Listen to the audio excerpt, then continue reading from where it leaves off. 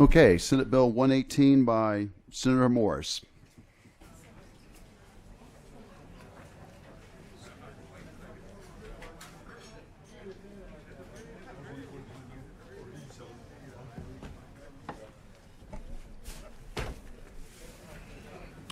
Welcome, Senator Morris. Did you hand out that map? Thank you, Mr. Chairman, members. If you give me just a second here, I've got a couple of handouts I'd like the committee, if the Sergeant at Arms could pass these out. Appreciate it. That would be fine. There, and here's some more.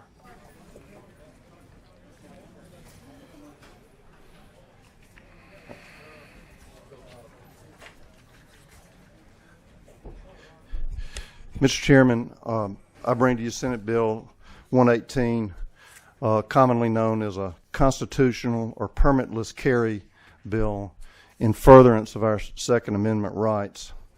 As members of the committee are well aware, we currently have open carry in this state already. So this step is not that great a step forward when anybody over 18 is welcome to carry a weapon. The essence of this bill is that if you are over 21 or over, you're not convicted of a felony or a crime of violence, you may carry a concealed firearm without obtaining a permit from the government. You may still obtain a permit if you so choose under this bill, which is important for purposes of reciprocity with other states. In addition, I'm sure the committee is probably aware, but the move for constitutional carry is gaining momentum, and there are currently 20 states that have passed constitutional carry, and I've handed out a color-coded map showing all those that have already passed constitutional carry, and it's well on its way to being passed in Texas. It passed the House of Representatives in Texas just within the last week. Constitutional carry has existed in Arizona for 10 years, and there have been no ill effects in the crime rates in Arizona as a result, and many more have gone since then. The state of Vermont has had constitutional carry. You could carry a concealed weapon or open carry since 1790. It's always been there, and there appears to be no ill effect for those in Vermont. What the bill does not do, the bill does not make it easier to buy guns. It does not change who owns or doesn't own firearms. And the bill also maintains the obligation, as permit carriers have now, that if you're approached by a law enforcement official, you're under an obligation in an official capacity where he's in the course of his duties to disclose that you have a firearm on you. This bill also maintains the requirement that you do not, or you're not allowed to carry a concealed weapon, permit or no permit, if you're under the influence of alcohol or drugs. This is a bill for law-abiding citizens. It is passing this bill will not embolden criminals. Criminals are already emboldened. I would like to say something really pithy here and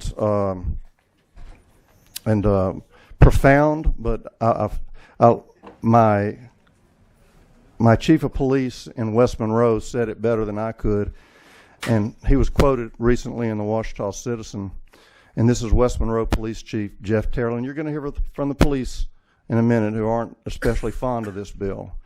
But, quote, based on my reading of the Constitution, it says you can keep and bear arms, Terrell said.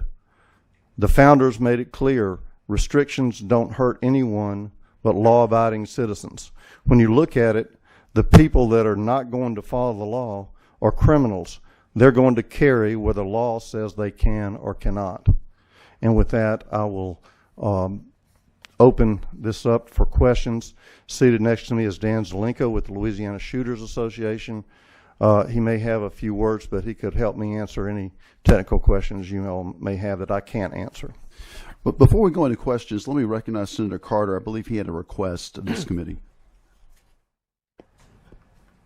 Mr. Chairman, do we have a fiscal note? Is there any fiscal impact with this? There's no fiscal note that's attached. I have gotten information from state police that there will be a cost, and they have people here to testify it, but a fiscal note has not been produced at this point. Is someone here to talk about that fiscal note, or will they just produce one at some point?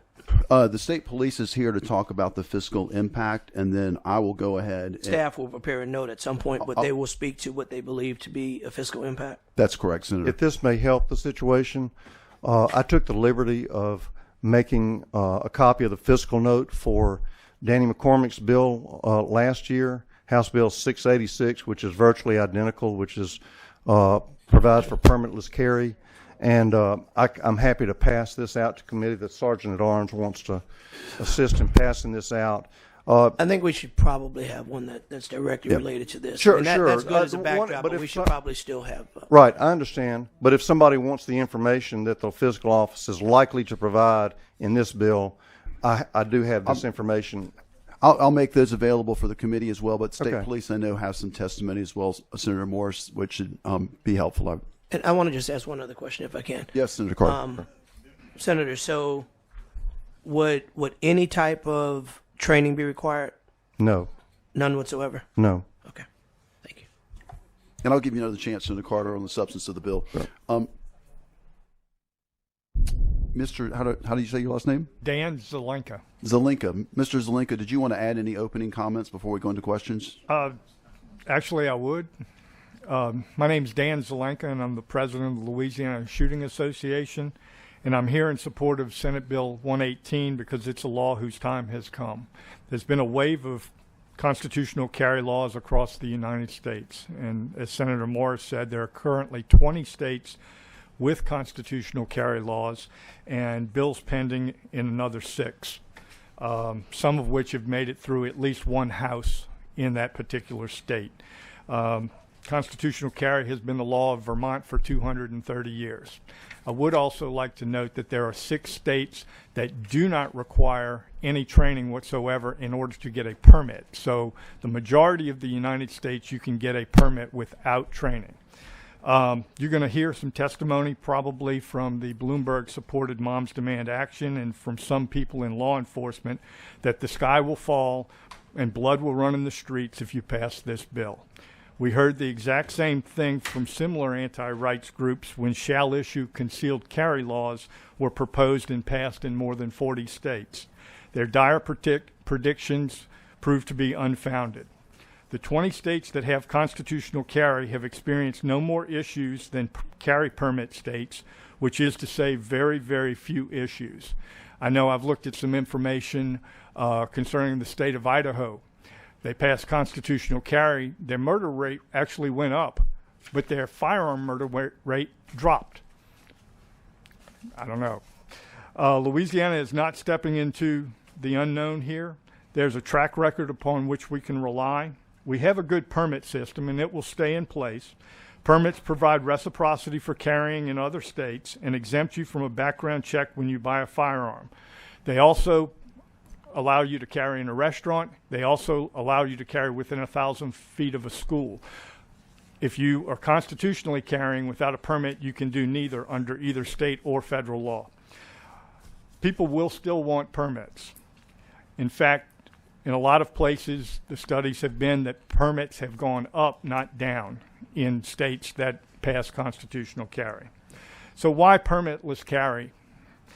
Obtaining a concealed carry permit costs between $225 and $325 between the required training and the fee for the permit, and also the fee to get fingerprints. It also requires you to travel to and attend a 9-hour class.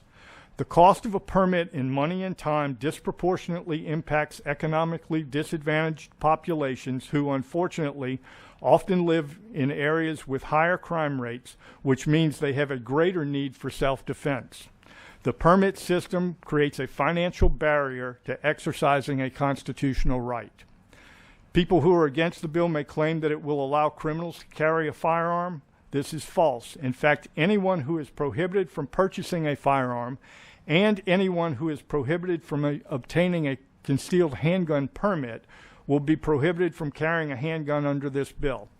The prohibited categories include convicted felons, convicted domestic violence abusers, people adjudicated mentally incompetent, habitual drug users, including marijuana users, habitual alcoholics, people convicted of misdemeanor violent crimes, fugitives, illegal aliens, people with a dishonorable discharge from the military, or people with a history of violent behavior. This bill also requires when you carry that you not be under the influence of either alcohol or a controlled dangerous substance, and that when law enforcement stops you, you inform them that you are carrying. The Louisiana Constitution, Article 1, Section 11 says that the right to keep and bear arms shall not be infringed, and any infringement will be subject to strict scrutiny review. Strict scrutiny requires a compelling governmental interest and a narrowly tailored regulation.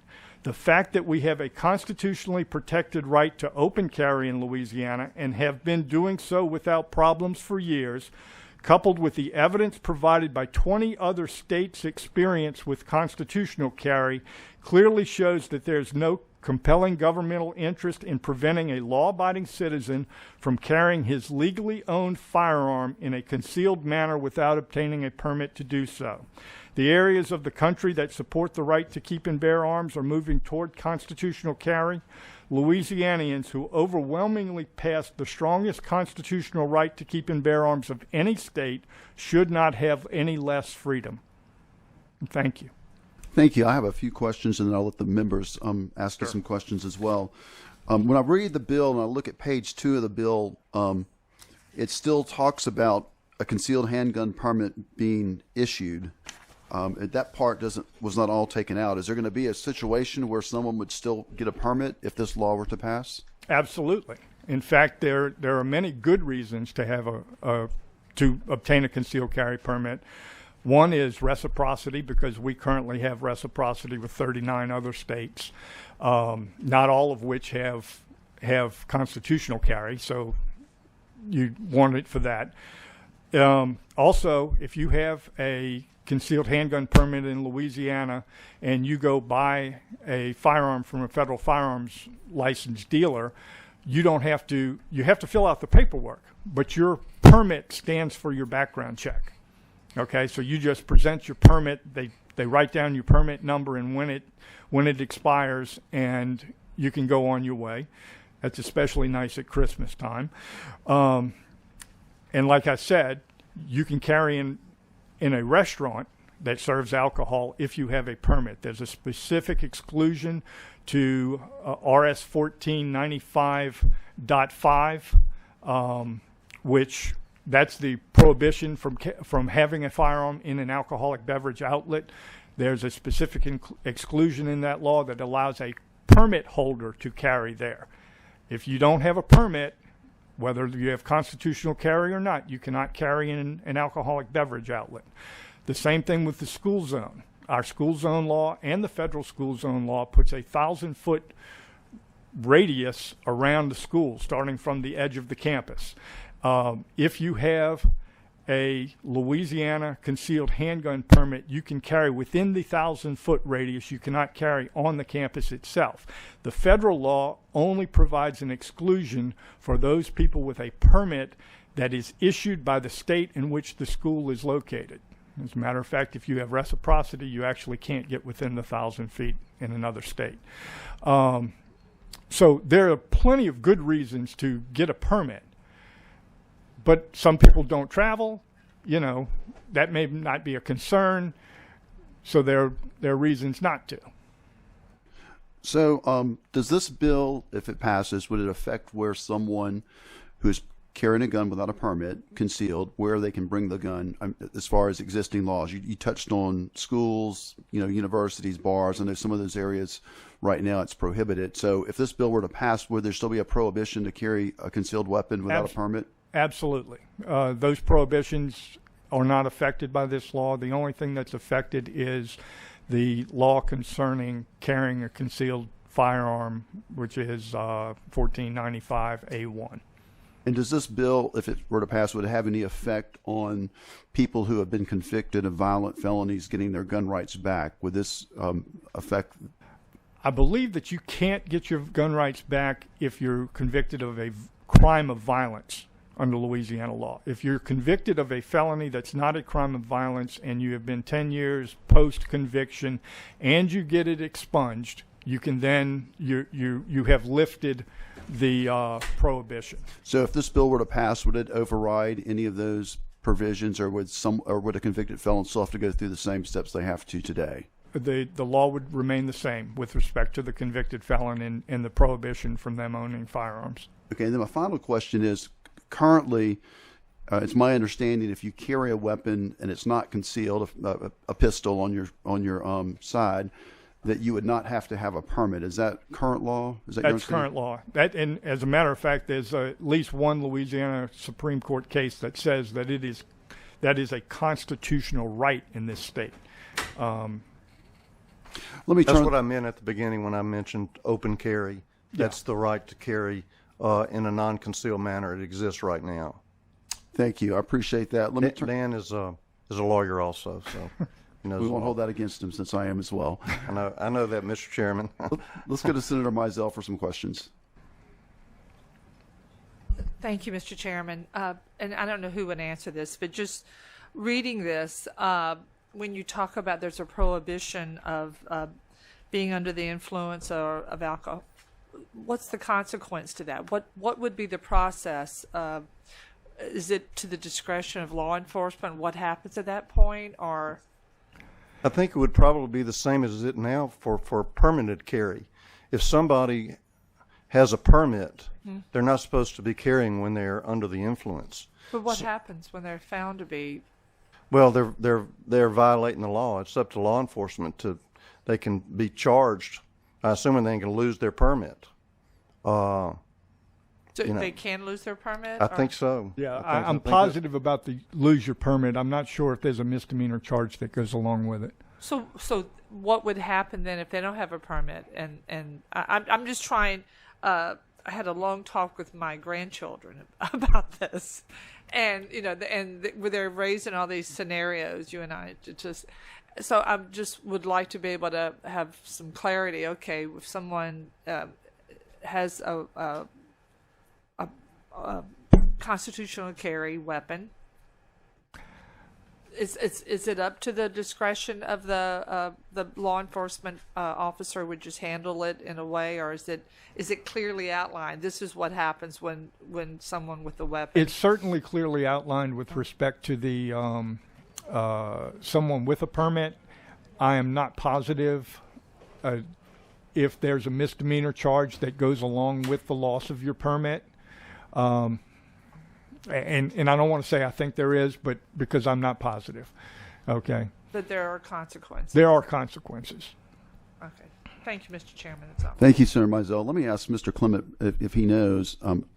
In reading the bill, it looks like if this bill were to pass, that it would be a crime under 14:95, or in the criminal code, it would be a crime if someone were to carry a concealed weapon while they were drunk and they did not have a permit.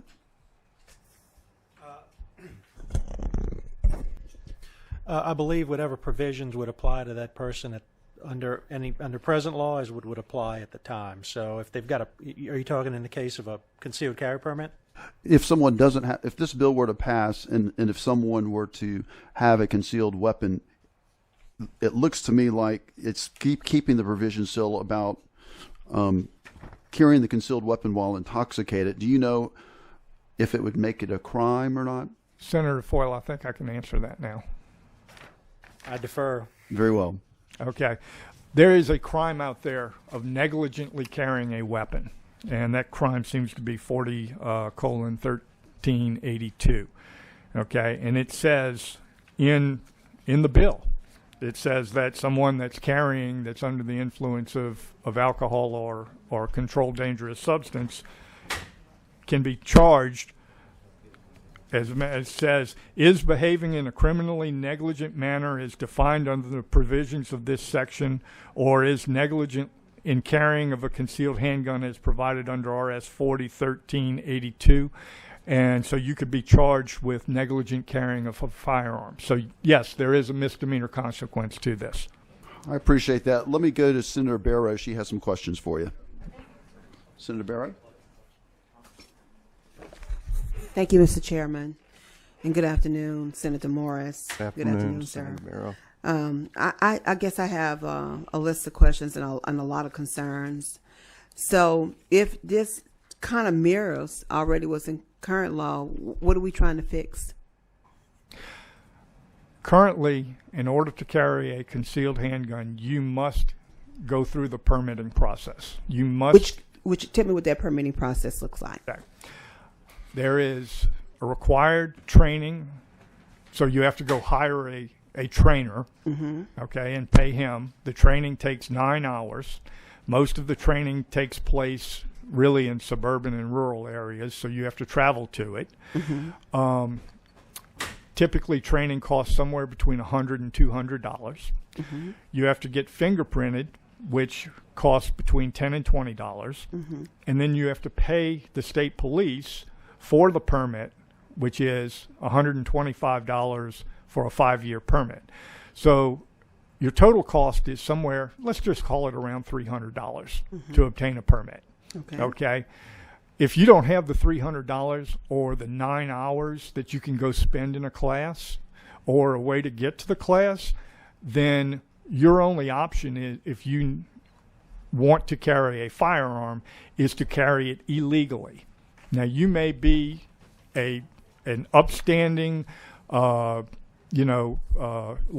citizen, but if you can't afford to go through the permitting process, then you have no way to carry it legally concealed, okay? Yes, you could strap it on your hip on the outside of your clothing and carry it. I think that has its own problems, okay? I think that causes public concern where it doesn't need to be. Merely the act of putting you've got a constitutional right to carry it openly. Merely the act of putting a jacket on or untucking your T-shirt would cause you to be subject to criminal prosecution. So as I am listening really closely, because I want to make sure that I'm hearing you, it seems like your only issue is the fact that the cost associated with having to get a permit is the reason why we are bringing the bill? No, it's not just that. It's a constitutional right. It's a liberty argument. It's the freedom to do what you want, to protect your family, and without having to go to the government to ask permission. That's one of the driving forces behind this, and the fact that it requires a government bureaucracy to give you permission, and you have to pay. And according to the fiscal note from last year, $5 million is estimated to be extracted from citizens who are merely exercising their constitutional rights. So that's kind of the driving force behind it. Okay, so we have to, in order to drive, we have to have a driver's license, correct? Right. And that costs us to get, but it's Right. one of the Driving is no, let me finish. Okay. It's one of the rights It's a that if you privilege. a privilege, right? It's a privilege, but it's one that one choose to do, and they have to pay for it, and the government is a part of it. Right. This is a constitution, and so you choose to or want to have a gun, but you can still have the gun without having to take away the permitting process here. It's the difference between a privilege and a right. That the right to drive is not in the Constitution, but the right to keep and bear arms is. It is, and we can carry guns now, open carry, right? That's lawful, right? That's right. We just went through that whole process. So if a person don't want to have it open, then they can choose at that point where they can go through the permitting process if they want. But right now they can carry openly. That's correct. I mean, everybody can see that they have it on. So that's why this isn't that great of an extension, really. But I think it's an important one. You know, some people are not comfortable carrying openly. They don't want to, and they shouldn't have to be have to go before the government and pay fees and get permission to exercise that right. So do you think it's wrong to go through training to use a gun? No, absolutely not. I think everyone should. But is that part of the process, the permitting process? I just don't. I don't No, want. no, is it? I don't want to make it mandatory. I don't want to make it It's not mandatory for open carry either. Currently, it is mandatory under the permitting scheme, but the training is something that is important, and everybody should go through it. And as it's my understanding, and perhaps Mr. Zelenka can speak to this better than I, but training courses after open carry is passed, or constitutional carry is passed, training courses get filled up. More people get training after a bill like this passes. It's a little bit counterintuitive, but that's my understanding. And you can correct me if I'm wrong. There'll be someone testifying today who is a professional trainer, and actually he trains all over the U.S., and he has those facts and figures for you. But with this bill, as it's written right now, training would be taken out of it. It would not be required. Correct. Okay, but you don't think that, but you just said that you think training is important and everybody should be trained. Correct. I'm just okay. I just want to make sure we're clear on that part. Right. Okay. So for me, there are a couple of things that really bothers me about this. We are where we are oftentimes in this state and in the country because of policies that are made and decided upon. For police officers, and this is my assumption, so I'm going to wait to hear from them, but they will have to now assume every time they stop an individual, if this bill passes, that they are armed. They probably do anyway. Well, they can attest to that, but they will have to assume. So any wrong movement, I think they probably would have to assume now, because somebody could be illegally carrying a concealed weapon, or they could have a permit. So I would think they would assume. But even more so now, because if this bill passes, then more than likely an individual can be carrying a gun that they are not trained to use, and the police officer, if they are reaching for their driver's license, insurance card, could assume that they're making a wrong move, which can lead to poor consequences of things that we are looking at right now across our country. That, for me, is one of the bigger issues, and when the police officers come, I'm going to ask them about that, because I believe that this now can place us in a much worse place as it relates to individuals who are not going to be required to be trained and can be carrying a concealed weapon. And when officers approach them, they would have no idea, and they would have to assume every person they stop. I think they do now, but I don't know if they absolutely do now. I mean, they should. I know that they're cautious. I would assume I think they should be, because anybody could be carrying legally or illegally. So, But it's going to increase, to me, the level of their perception and their belief that every time they stop an individual, that they're carrying a concealed weapon.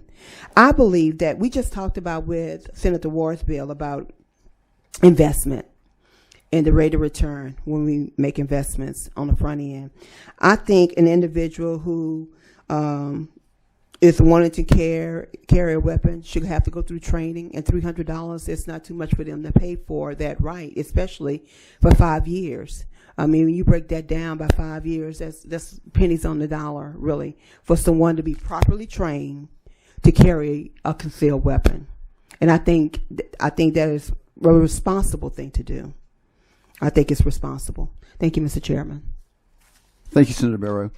At this point, I don't have any more questions for the two of you, but I would like to call State Police up next for some information before we go into the rest of the proponents of the bill. So I have Jarrett Sandifer and Connor Junkin from State Police.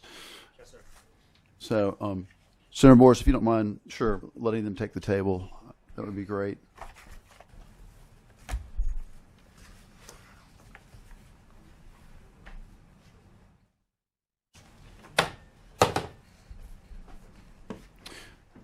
So if you gentlemen can both just state your name for the record. Yes, sir, Mr. Chair, committee members, good afternoon. My name is Jared Sandifer. I'm a lieutenant with Louisiana State Police Bureau of Criminal Records, and as part of my duties, I work in the concealed handgun permit unit. Mr. Chair, committee members, this is Connor Junkin. I represent the Department of Public Safety and Corrections in the Office of Legal Affairs. Very well. If you heard earlier, Senator Carter had some questions about the fiscal impact. If you could address that, and then maybe some of the other members may have some additional questions, and I'll let them ask at that time. Certainly. So I can talk a little bit about the fiscal impact this would have. So last year in 2020, Louisiana State Police revenue was over $4 million, approximately $4.5 million. And I can tell you that as a result of, many of you probably remember the Ryuk ransomware attack, our system was actually greatly affected, our concealed handgun permit unit system. So we were unable to issue permits for a while. And also COVID-19 issues. Many people were not able to take classes. Many instructors weren't offering classes. Therefore, a lot of people weren't able to apply. So I believe if those two issues hadn't affected us, there probably would have been a greater revenue. I can tell you at this time last year, the concealed handgun permit unit issued only about 5,000 permits due to those issues we had. To date this year, we've issued almost 13,000 permits. Any other questions for the members? I don't see any other questions. Was there anything else you wanted to provide? No, Mr. Chair, I'm basically here to advise Lieutenant Sandifer on any legal issues or questions that may arise. Yes, sir. Senator Barrow, did you have?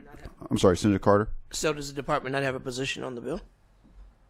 Oh, we do not have a position. We're just here to provide as much information as needed so people can make an educated decision. Okay, so state police does not have a position, No, sir. just to be clear. They're here for information For purposes. informational purposes only, yes, sir. Senator Barrow. So just go back through again, what would be the fiscal impact if this bill was passed? So for state police fiscal impact, it's an unknown impact because we don't know how many people would or would not apply. Mm-hmm. If we're reading the bill correctly, Louisiana residents would not have to apply for a concealed carry permit. But unfortunately, we don't know how many would or would not apply. Now, people would still apply if they wanted out-of-state reciprocity, so people would still be, required to pay for that permit. So I heard you go through a kind of some numbers of which y'all received. Was it 2019, but before COVID or whatever? So I would assume that most people probably would not apply. Because most of them may not want to travel out of state. So that would be a huge impact financially to the department.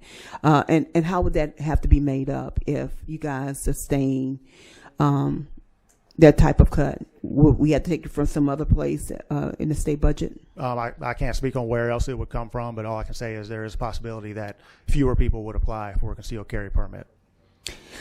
So as it relates to individuals carrying or having to get a permit, how, and I don't know if you are at liberty to speak to this, but how would state police feel now approaching, if this bill were to pass, what would be the impact of that as state police officers are now being trained? Let me ask that question, as they're being trained when approaching a vehicle. So I'm not going to talk about the training aspect of it, but I can tell you when people apply for a concealed carry permit, they actually have that permit on them. So if there's a law enforcement interaction, that police officer will be able to see that person has that concealed carry permit. They will understand that they have gone through some type of training. They have gone through some type of understanding of the laws related to it.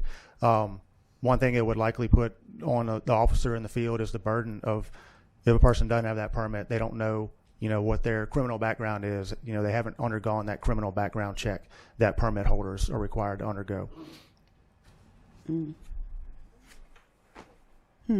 Okay. I don't know if that really kind of answered my question, but okay. I'll stop there. Thank you, Senator Barrow. Senator Ward, you have Senator White's mic pushed. If you. Oh, okay. Senator White's mic is on then, but it's Senator Ward, just for the public. Yeah, thank you.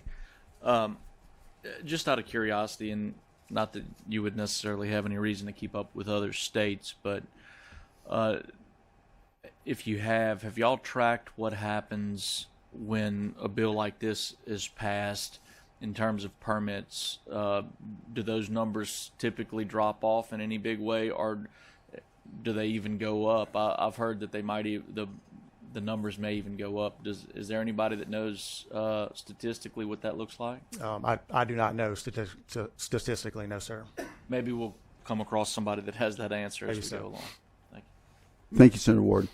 That's all the questions we have, so thank you. Sure. Yes. Let me recognize Senator Carter. Have you taken into account any public safety issues relative to this at all? No, sir, not that I'm aware of. So you don't believe there is? No, sir, not that I'm aware of. And there are going to be some other law enforcement people who have cards as well. So let me let this group go, and I'm going to start calling. Thank you for coming. Yes, thank you for your time. And let me tell everyone in the audience, it's my intention that everyone that wants to speak, to let you speak today. And I'll also read the cards from you who are not speaking to make sure it's in the record that you either support or oppose the bill. So my request to those who want to speak, we have a number of cards. So to be fair to everyone and give everyone a chance, I'd ask that you try to limit your comments to about 3 minutes and to not be repetitive. But if you want to speak, I'm certainly going to let you speak. Sure, Senator Carter. A statement that was passed out to us by the superintendent of New Orleans Police, Sean Ferguson, who is in opposition to this bill. I think it was passed out. You didn't get it? That's why I'd like to submit it as evidence and ask that it be passed out to everyone and read into the record. Very well. We can do that. I'd ask. At the appropriate time. Sure. Senator Carter, if you could get that to the Sergeant at Arms, and we'll have them to take care of that. Okay, let me read some cards, and we can take 2 people at a time at the table, so just make your way up front if you still want to speak. And if you believe that you don't no longer wish to speak based on the testimony, just let me know. Otherwise, I'm going to start calling the names out. So first we'll have Dan Zelenko's already spoken, Walter Brown, and Chris Patrone. Are either of you here? Mr. Brown or Mr. Patrone? Patrone. It's Mr. Patrone. Walter Brown, please come up. If you'll briefly quickly say your name and just let us give us your testimony, please. I'm Chris Patron, and I represent the firearms professionals of Louisiana. Might be easier without this. We're the folks in the purple shirt that you see all around the room. We run the radio ads. We do mailings in the districts. We're very proactive. We're grassroots type folks. We expect every Republican to vote for this bill because it's just something that represents the people that you guys got elected by. We shouldn't need the government's permission to defend ourselves. That's basically what this was about. And to Senator Barrow's remarks about the making it more dangerous for police and so forth. Actually, I don't think it is going to be more dangerous. And the reason is the only thing we're adding here is law-abiding citizens are going to be carrying concealed. The ones that don't abide by the law, they carry already. This is not new. So I don't think that the police are going to have a bigger exposure to danger because of this bill. I was a policeman for 12 years, so I know what I'm talking about. The thing is that if I'm sick in bed at home late at night and I'm out of the pills that I need to help me through my case, and my wife has to go out to an all-night pharmacy, well, she's scared. You would be too if you read the newspapers. She shouldn't have to get the government's permission to put a defensive firearm in her purse to protect her own safety. So that's the thing that I was wanting to say. And also, I wanted to point out that, as someone else pointed out, I believe, it's more important in the poor neighborhoods that we have this constitutional carry than in the wealthier neighborhoods. The rich people who live in gated communities, they don't need to have a carry, although they probably can afford it and they get it. It's the poor people who don't have the time, the 9 hours of training, or the access to getting that training, or the $300+ to get trained and get this permit. They're the ones who are getting shortchanged. So that would be something else I would say. It just goes without saying that the criminals aren't going to be impeded by not having the government's permission to carry. They already carry without a permit. That's all I have to say. Thank you. I'm going to have a question for you in a minute, but I'm going to let Mr. Brown speak first, and then we'll open up to questions. Good afternoon, Senators. I thought it was quite ironic that the majority of Senator Barrow's questions were based on closing down a right that we have, not a privilege. The Second Amendment is a right. Her questions were based on how is it affected versus having to get the permit. And tellingly, the second point, which was very interesting, was when she was asking about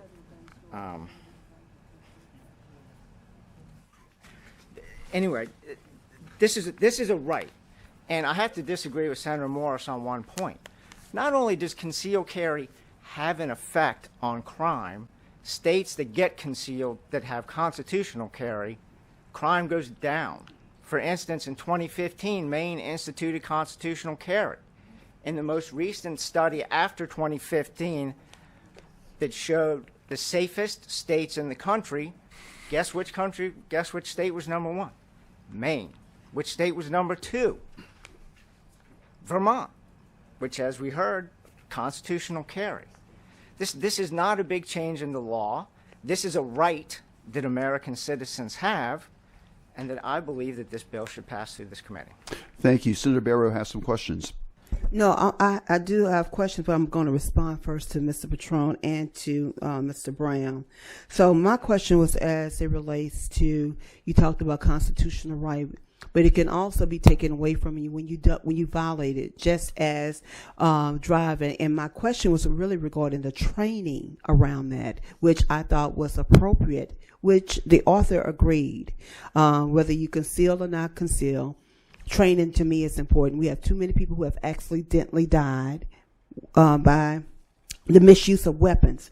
The other comment that was made, I think by you, Mr. Patron, by every Republican should vote for this, as if Democrats don't care about the constitutional right to bear arms. And I would hope that we don't make this a partisan issue, because I do believe in individuals' right to carry. I also believe in the right to be responsible in carrying. And my question, as it was related to our law enforcement, which I will wait to hear from, because we've had so many incidents that happen in this country. The last one that just happened, where a seasoned law officer mistakenly pulled out her gun instead of her taser, and as a result of that, someone ended up dead. So my question and my concern is, because of that and those kind of incidents that have happened across our country, is this going to perpetuate that? Because now officers will have to assume, and this is my thinking, that every time they pull up, and I know that they're always cautious, but now they have to assume everybody that they pull over is carrying a concealed weapon or has a weapon. And they don't know if they go to get their license, if they go to get their driver insurance card, if they're pulling a gun, or if they're trying to get the information that they've asked them to get. And that can lead to more innocent people dying. That's my concern. And I'll wait for law enforcement to answer that. Thank you, Mr. Chair. May I respond, please? Thank you. Briefly.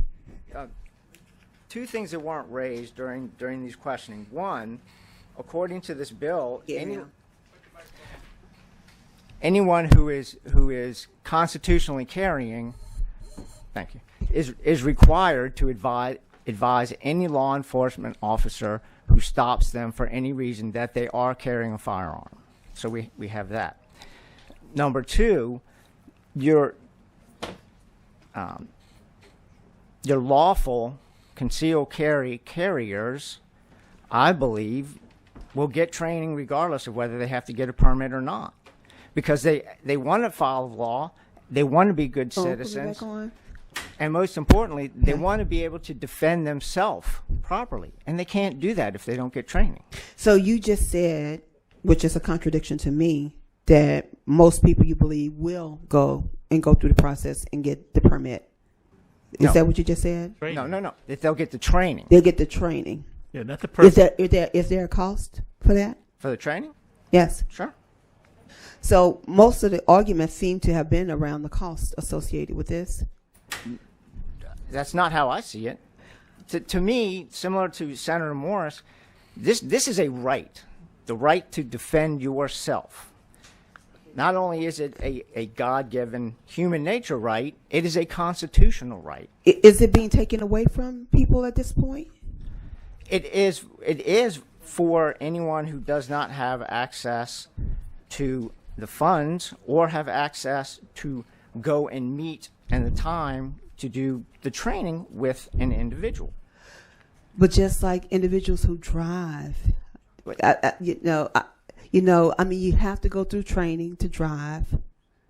To be able to use your driver's license, you have to go through training to drive. And you just said to me, though, that you believe that most people will go through the training so they will know how to properly use the firearm. I do. I don't see the problem we're trying to correct. I just don't see that as a problem that we're really trying to correct. And honestly, in my community, so since we talked about poor people, so the people that I represent was some of the people that I heard you guys referring to, none of them have complained about the cost associated with getting their permit. As a matter of fact, they just go, they do it, and they own it. If they want to have a gun, they own one, and they go through the process of doing so. If I may respond, Sam, just briefly. They don't complain because they don't have a choice. Mr. Brown, let's go on to some other witness. I do appreciate you coming and testifying today. Thank you, Mr. Petrone. Did you have a question for me? You said you had a question for me. Well, it was Mr. Brown answered it. Okay. So we have some other people that would like to speak, but thank you for coming today. Thank you, Senator. Everett Bodine is present and would like to speak. Barrett Kendrick is present and would like to speak. Mr. Bodine, Mr. Kendrick. Yes, please. Come on up. Please have a seat. Good afternoon, Mr. Bodine. Senator Foyle. Mr. Kendrick, if you want to state your name for the record and go first. Sure. Love to. Good afternoon, everybody. My name is Barrett Kendrick. I currently serve as the Vice President of the Louisiana Shooting Association, as well as I am a full-time personal defense instructor, mainly inside of the firearms industry. I'm glad to have the opportunity today, and thank you for giving me the time to talk. One of the big concerns that has obviously come up today has been training, and obviously, I do work as a full-time instructor, so I see a lot of this stuff. As mentioned previously, that open carry is currently constitutionally protected in Louisiana without training, without background checks, without training. Someone who is not prohibited under state or federal law to be able to own that firearm is allowed to have that firearm in on their person as long as it is not concealed. So we're already, as mentioned, we're not blazing a new path there. We're already doing that, as well as many other states have already done that as well. There's 6 states that do not require any sort of training to get the concealed handgun permit in the first place as well. There was a RAND study released last year that also found that there's zero evidence that mandatory firearms training would have any direct effect on the reduction of negative or of positive outcomes. So when they're looking at mandatory training on how it would change things like mass shootings or violence in general, domestic violence or hunting recreation, officer-involved shootings, what they found is they did not come up with any evidence to show that it would have any significant impact either to make things better or to make things worse on that mandatory training requirement. What instructors, and we have actually found after states have passed some form of constitutional carry, is that there has been a desire for training to go up, is that more people are learning about it, more people are going out and learning to and paying for or signing up for the organizations that may help supplement the training classes, but they're going out there and more people are getting trained. But they're able to really take a training class that is specifically designed for them, for their needs, and not generalized by the state for a check in the box for the concealed carry permit, but they're learning how to use that firearm in the context of what that person may have to use one. So if you have someone that is only worried about it for home defense, well, they can go take a class that's really geared towards home defense.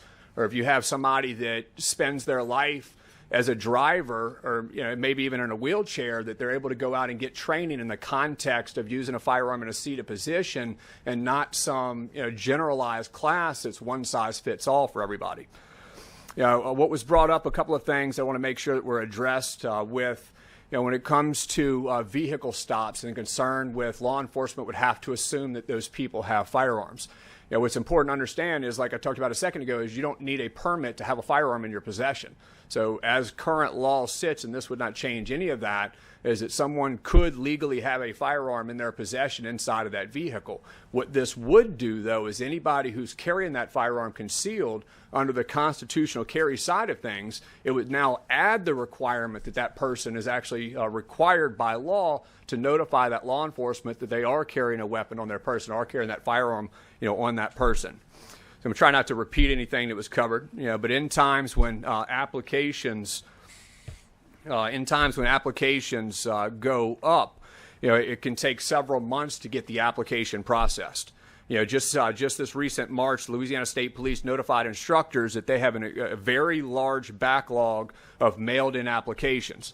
There is an electronic method to apply for the permit, but there's a lot of people who have no choice but to use the paper application. Maybe they don't have access to computers, or they don't have access to printers, so they're forced to mail things in. Well, currently the state police has a very long backlog, and I'm quoting those words there of the email that's sent out on, and opening up and making it through those applications themselves. It can take several months for the Louisiana State Police to be able to process fingerprints that are mailed in or documents that are mailed in. And so currently there's only one place in the entire state of Louisiana that you can be fingerprinted electronically for the purpose of the concealed carry permit application and actually have it submitted along with your application. So if you're not doing it at the state police headquarters in Baton Rouge, you have no option but to mail that in, and that takes months long to be able to do so. We already heard about the issues last year with the systems that were down at the state level for different reasons, as well as the shutdown during COVID-19. So there were several months where people didn't have the option to be able to get the permit at all. And so I think that is something that really has to be thought about. Many times people decide to carry firearms because they're facing a higher risk in their life. Maybe they're dealing with somebody that is making threats against them. They may have protective orders in place, and thankfully a couple of years ago we did make it a little bit easier for that person to be able to apply for and get a concealed handgun permit, but it's still a roadblock for them to be able to do so. So different times, the chance of violence or the chance of risk for somebody may go up. This allows them the opportunity to be able to carry the firearm legally until they actually have the permit in hand to be able to do so.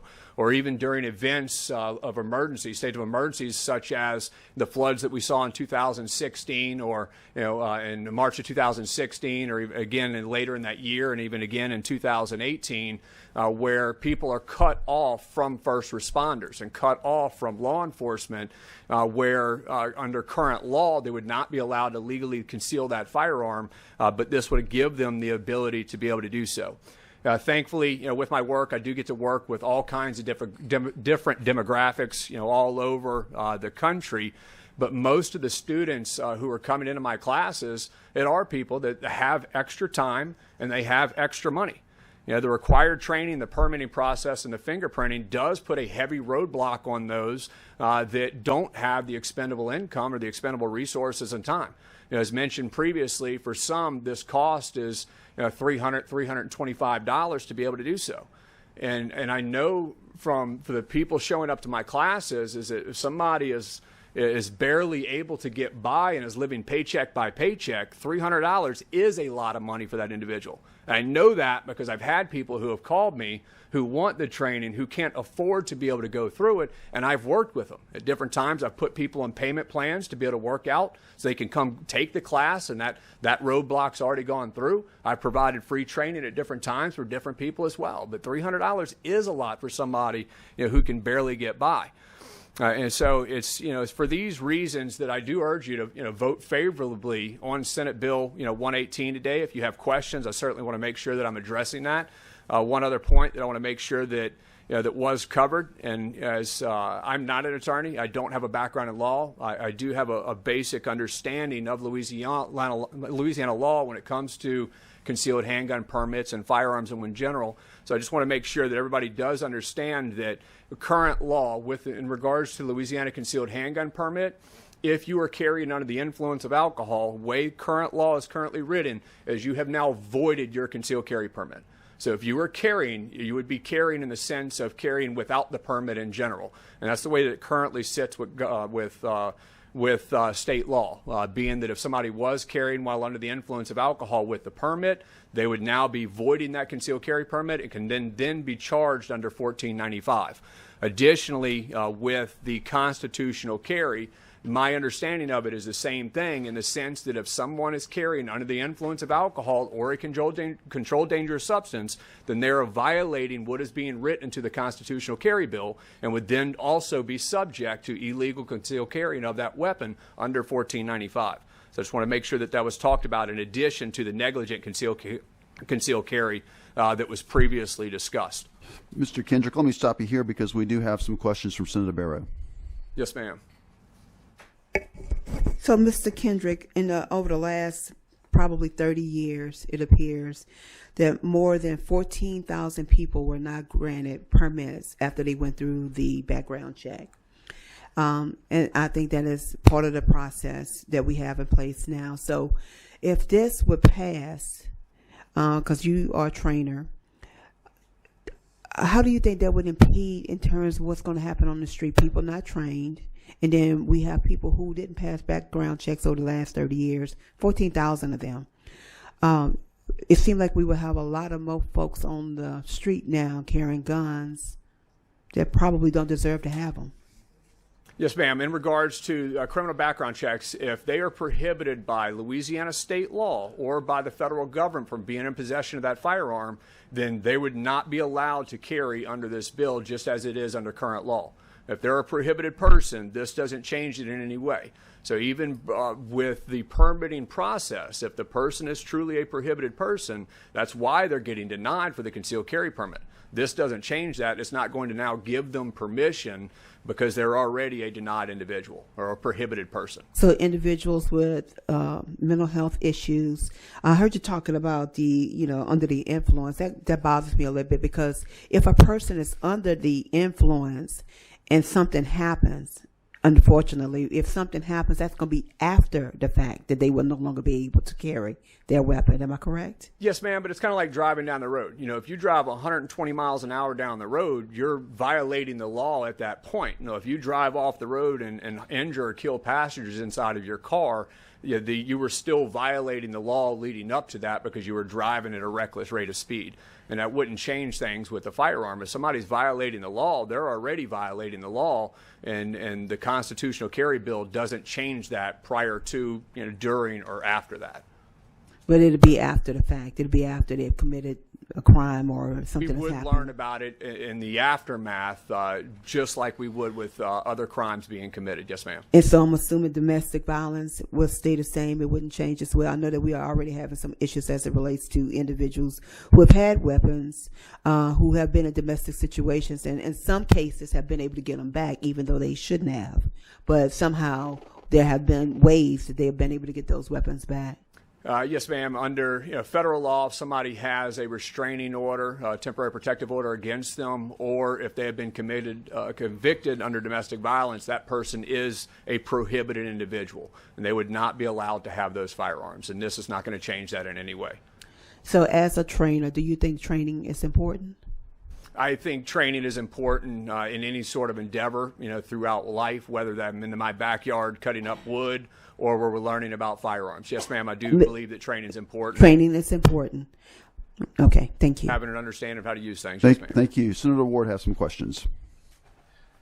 Thank you. And you seem to have a good understanding, so maybe you can answer this. It's something I've been trying to kind of wrap my mind around. So right now, if you have a permit and something happens, the permit gets pulled and you can no longer have that. But if we then go to you don't have to have a permit, and that same instance happens,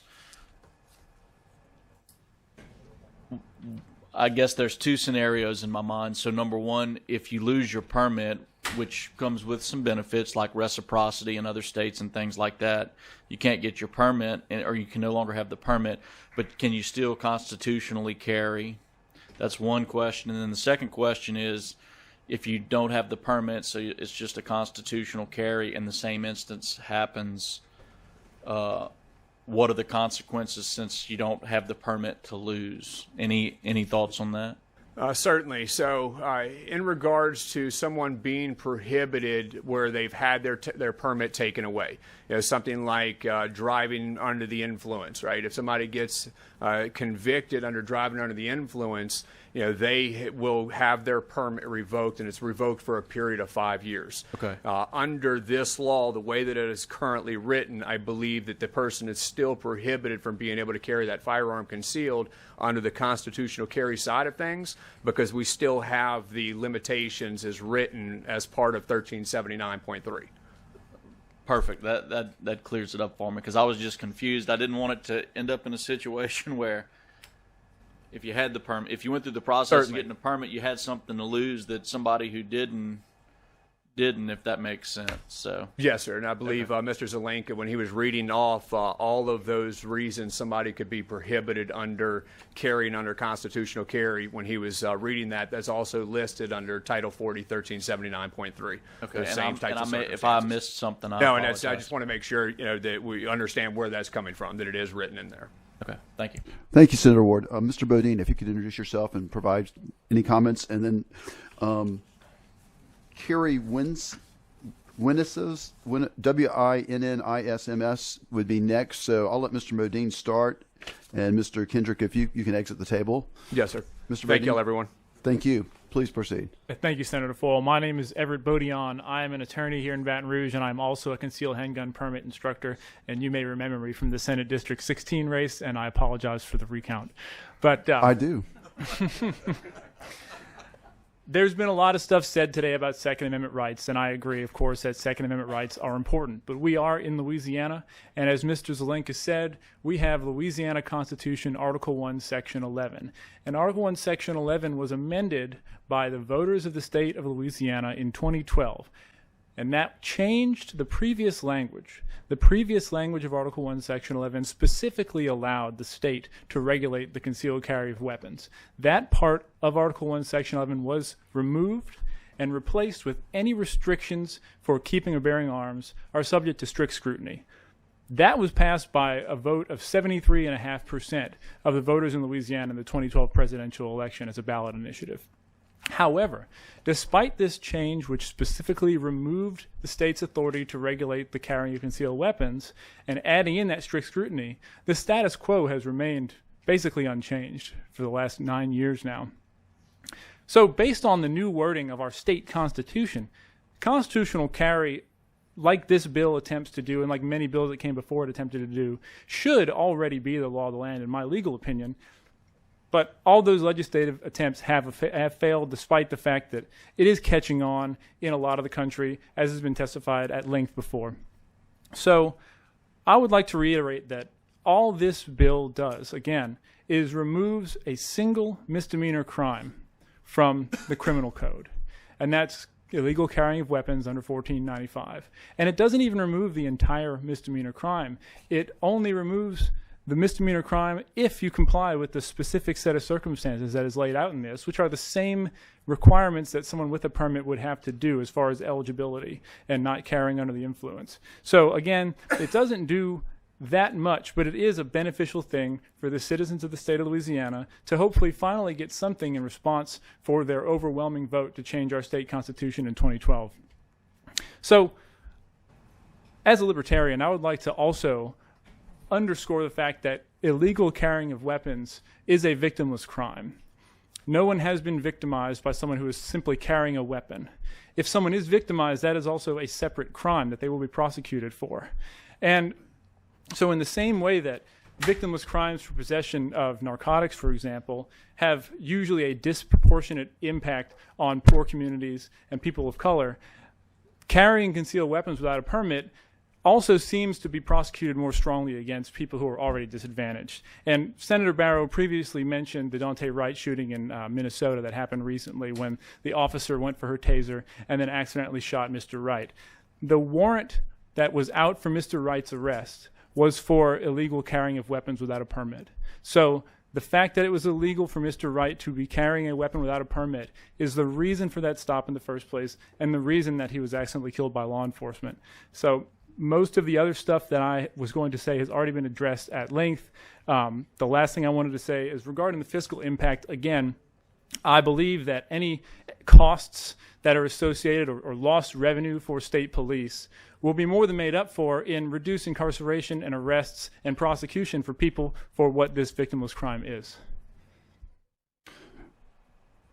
Senator Barrow, did you have a question for this witness? Well, I just want to go back to the situation with Dante Wright, because I believe that was a traffic violation that he was initially stopped for. Yes, ma'am. That what he was stopped for.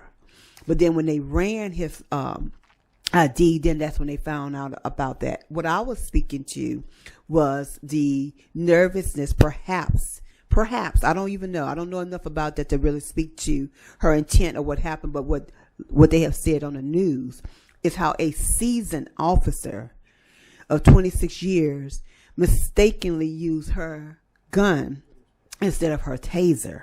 And that, what I'm talking about, is what may happen as a consequence as it relates to officers when they make stops. That's what I was referring to. Yes. I was just talking about how officers now, especially new officers in training, well, now they're going to have to, if this bill will pass, they will have to always keep in mind when they stop in their car, the person in the car, man or woman, black or white or any other color, that they have a weapon that is not registered. Yes, and I do understand the distinction, Senator Barrow, but I would also like to reiterate, as Mr. Kendrick said, under revised statute Title 1495.2, we have a specific constitutional right to have a firearm within a privately owned motor vehicle. So at least with regards to traffic stops, maybe not Terry stops on the street, but with regards to traffic stops, the status quo with regard to law enforcement should not change in any meaningful way, because already any citizen of the state of Louisiana can lawfully have a gun inside their motor vehicle, whether or not it's in the glove box or console or under the seat or anything like that. And so I don't believe this is going to significantly change the way that law enforcement reacts to traffic stops, but it would have changed whether or not there was an attempt to make an arrest in that case in Minnesota, hypothetically, were to happen here. Thank you for your testimony today, and thank you for coming out, and the board's cleared. Thank you. So I'm going to read the rest of the cards in support of the bill. It's my understanding from looking at these cards that they do not wish to speak. And then we'll get to the opposition. And so all these do not wish to speak, but are in favor of the bill. Ronnie Blunt, Chana Pichot, Gary Billier, Dana Easterly, Kathleen Benfield, Mike Burris, John Brink, Sandy Mumphrey, Penny Patrone, Carl Rabelais, Andrea Pilot, Jacques Mamou, Troy Rizan, Wayne Hebert, Michael Boudreau, Bernard Friel, Lewis White, Charles Doyes, Brian Guillory, Marilyn Prelis, Rolf Perilous, and Henry Ellis. So now what we're going to do is go to the opponents of the bill and give them a chance to speak. And I'd like to first call up Fabian Blasch and Mike Knaps with the Police Chief Association.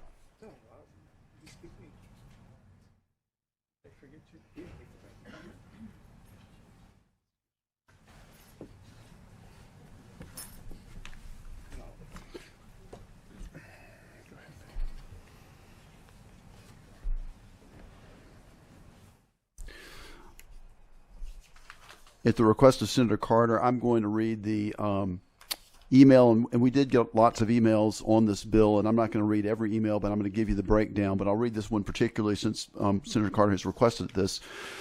This is from Superintendent Sean Ferguson with the NOPD. We strongly oppose any legislation that would create the potential for what could be thousands of untrained individuals bringing weapons to the streets of New Orleans. Add the consumption of alcohol by these armed individuals, and a very dangerous situation could develop, resulting in needless injury and death of our citizens and visitors. New Orleans is facing the same challenges many cities across the country are facing with the increase in violent crime. We have seen the increase in arrests for homicide, shootings, and armed carjacking. Because of the restrictions required by COVID-19, the wheels of justice are moving slower for many of those arrested individuals, putting more arrested individuals back on the street as they await justice. The current laws in place regarding the illegal carrying of concealed weapons have played a major role in reducing incidents of gun violence. Law enforcement officers will also put at increased risk when encountering an individual they do not know is armed. It is for these reasons that I vehemently oppose this legislation. This email, along with all the other ones that have been sent in, will be made part of the record for this committee. So, Mr. Blaish, if you would like to proceed, or Mr. Knapp, it doesn't matter which order. Thank you, sir. I appreciate the opportunity to speak. And Mr. Chairman, to the committee, I represent the Chiefs of Police Association as the executive director. And our concern, I listened to everything that was said, and bottom line is we're not opposed to concealed carry. What we're opposed to is concealed carry without education and without training. That's basically our concern. And everything that has been said here, even by the proponents of the bill, indicates that training is one of the most important parts of it. What is not being taken into consideration is what Superintendent Ferguson mentioned. You've got to think about the fact that you've got these urban areas where you've got 21-year-olds who some are definitely illegally carrying. But once you put the word out that a 21-year-old can carry as long as he doesn't have a record, that's the only thing they're going to hear. I don't have a record. I'm 21 years old. I can conceal carry. That is going to increase the number of concealed carries in the urban areas considerably. Whether it's going to affect how the police approach them or not, bottom line is I've been in law enforcement for 56 years. I've been commissioned. And every time I stop, I concern myself with the possibility of what's possible in that vehicle or whatever. And then now you're talking about pedestrians. Pedestrians would conceal carry. In a car, they could have it on the floor, whatever, and so forth. Now you're talking about under their clothing. Think about Bourbon Street under their clothing. Think about the urban areas where you have a lot of people, and these 21-year-olds are now all packing. I think it's something that law enforcement has to really fear. We already have problems with firearms in this country. It's something that is ongoing. Now, with this, I think is just going to increase the problem. Regardless to what their statistics say about these other places like Maryland and Maine and all these different, Maine and Vermont, not Maryland, Maine and Vermont. I mean, you're talking about practically what you call a rural state. So I understand why they say it decreased or they didn't have as many killings. The point being is they're not talking about metropolitan areas in this country.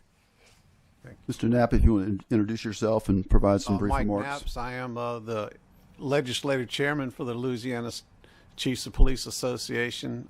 35 years with the Baker Police Department, and the last 5 years I've been with the association, and so it's been commissioned for right at 40 years now.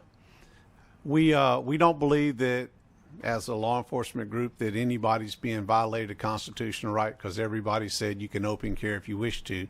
And if a law enforcement officer sees an open carry come out of a vehicle, they obviously see it because it's open carry and they treat it in that manner.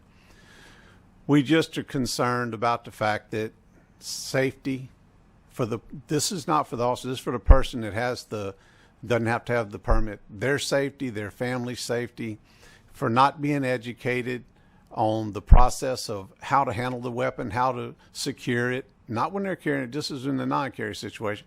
How are they going to do that? Who's going to train them to tell them? And they should be learning these things in the concealed class.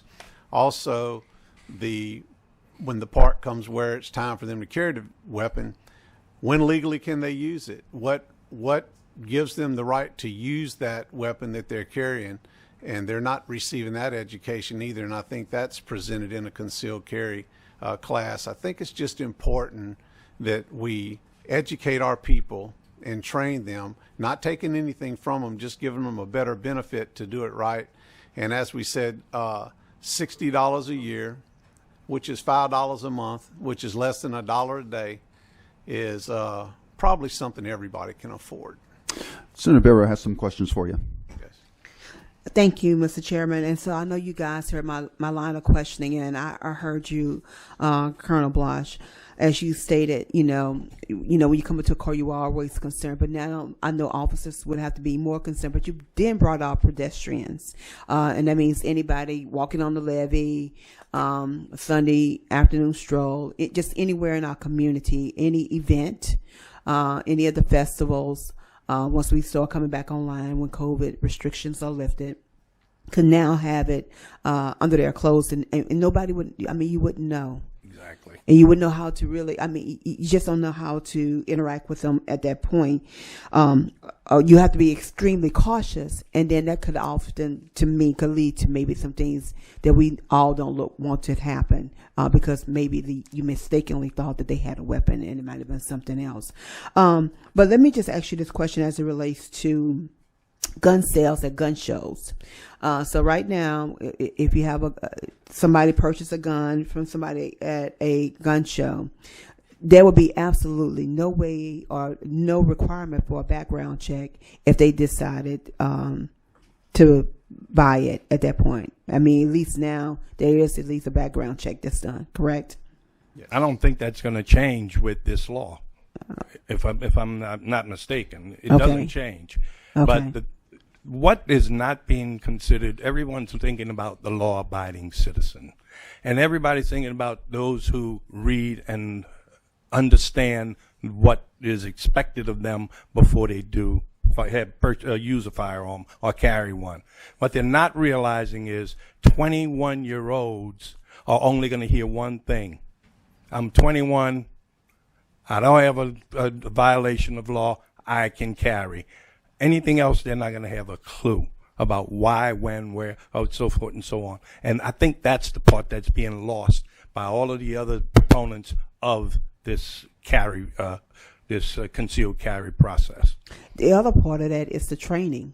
For me, training. That's training and use of the firearm. When you talk about 21-year-old, there's some young people that really know how to use a weapon. They've been trained since they were a little kid, but then there are others who have not, and they would if this bill would pass, they wouldn't have to.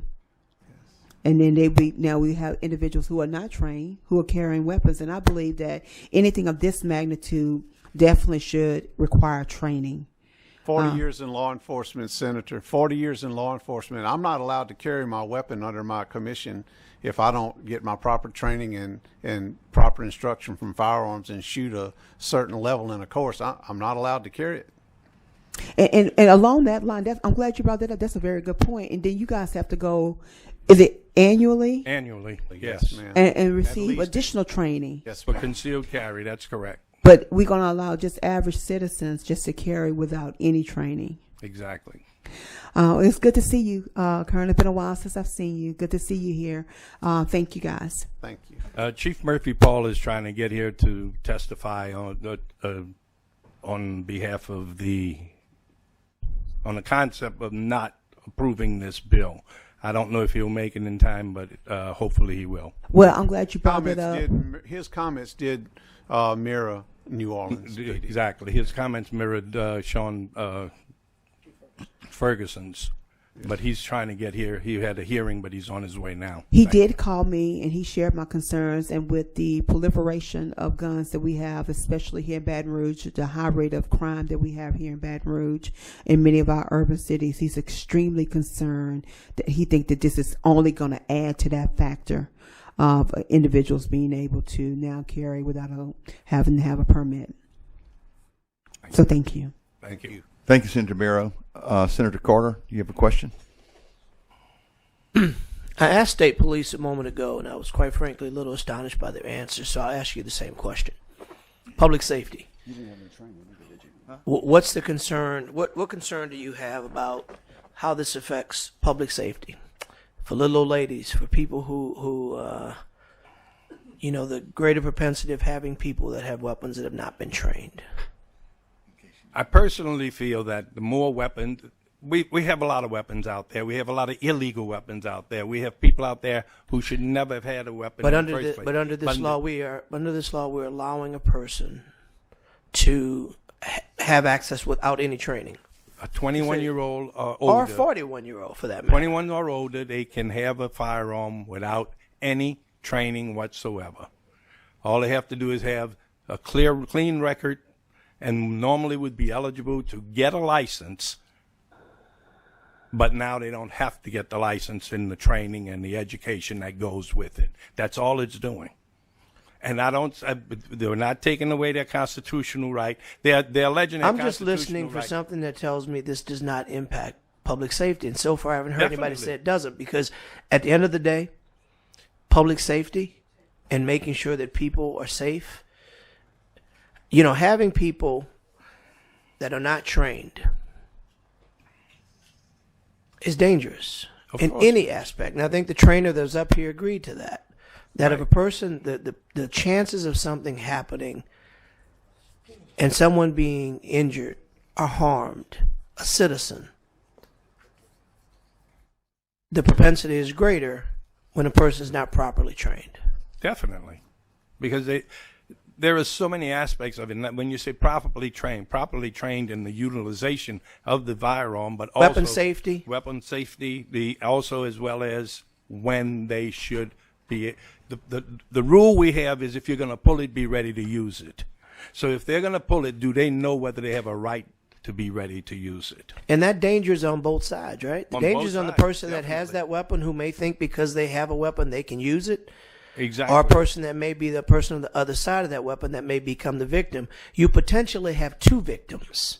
The victim of the person who should have never had the weapon out because they were not trained to properly use it. Right. And then the person who became the victim because that person didn't know what they're doing. And that person, one person may be going to jail, and another person may be going into a box. Exactly. Neither of which is good. I concur, sir. Thank you, Senator. Senator Ward. Thank you. How y'all doing today? Fine, very well, Senator. Good.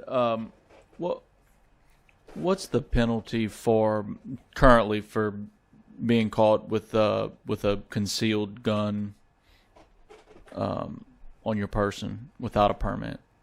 I think it's a misdemeanor charge. I'm not exactly sure. The reason I ask that is, so if I wake up tomorrow morning and I decide I'm going commit armed robbery and I put my pistol in my pocket, or something much worse, I don't think the fact that I could potentially get a misdemeanor is really going to stop me. Not at all. From going to commit that much worse crime. And I guess that's kind of my concern about the argument of this. I just feel like the people that would utilize this as an avenue to go create more crimes is not who this is going to benefit. Who it's going to benefit are the ones that they are law-abiding citizens, and they do a misdemeanor summons would concern them. So sometimes I feel like we kind of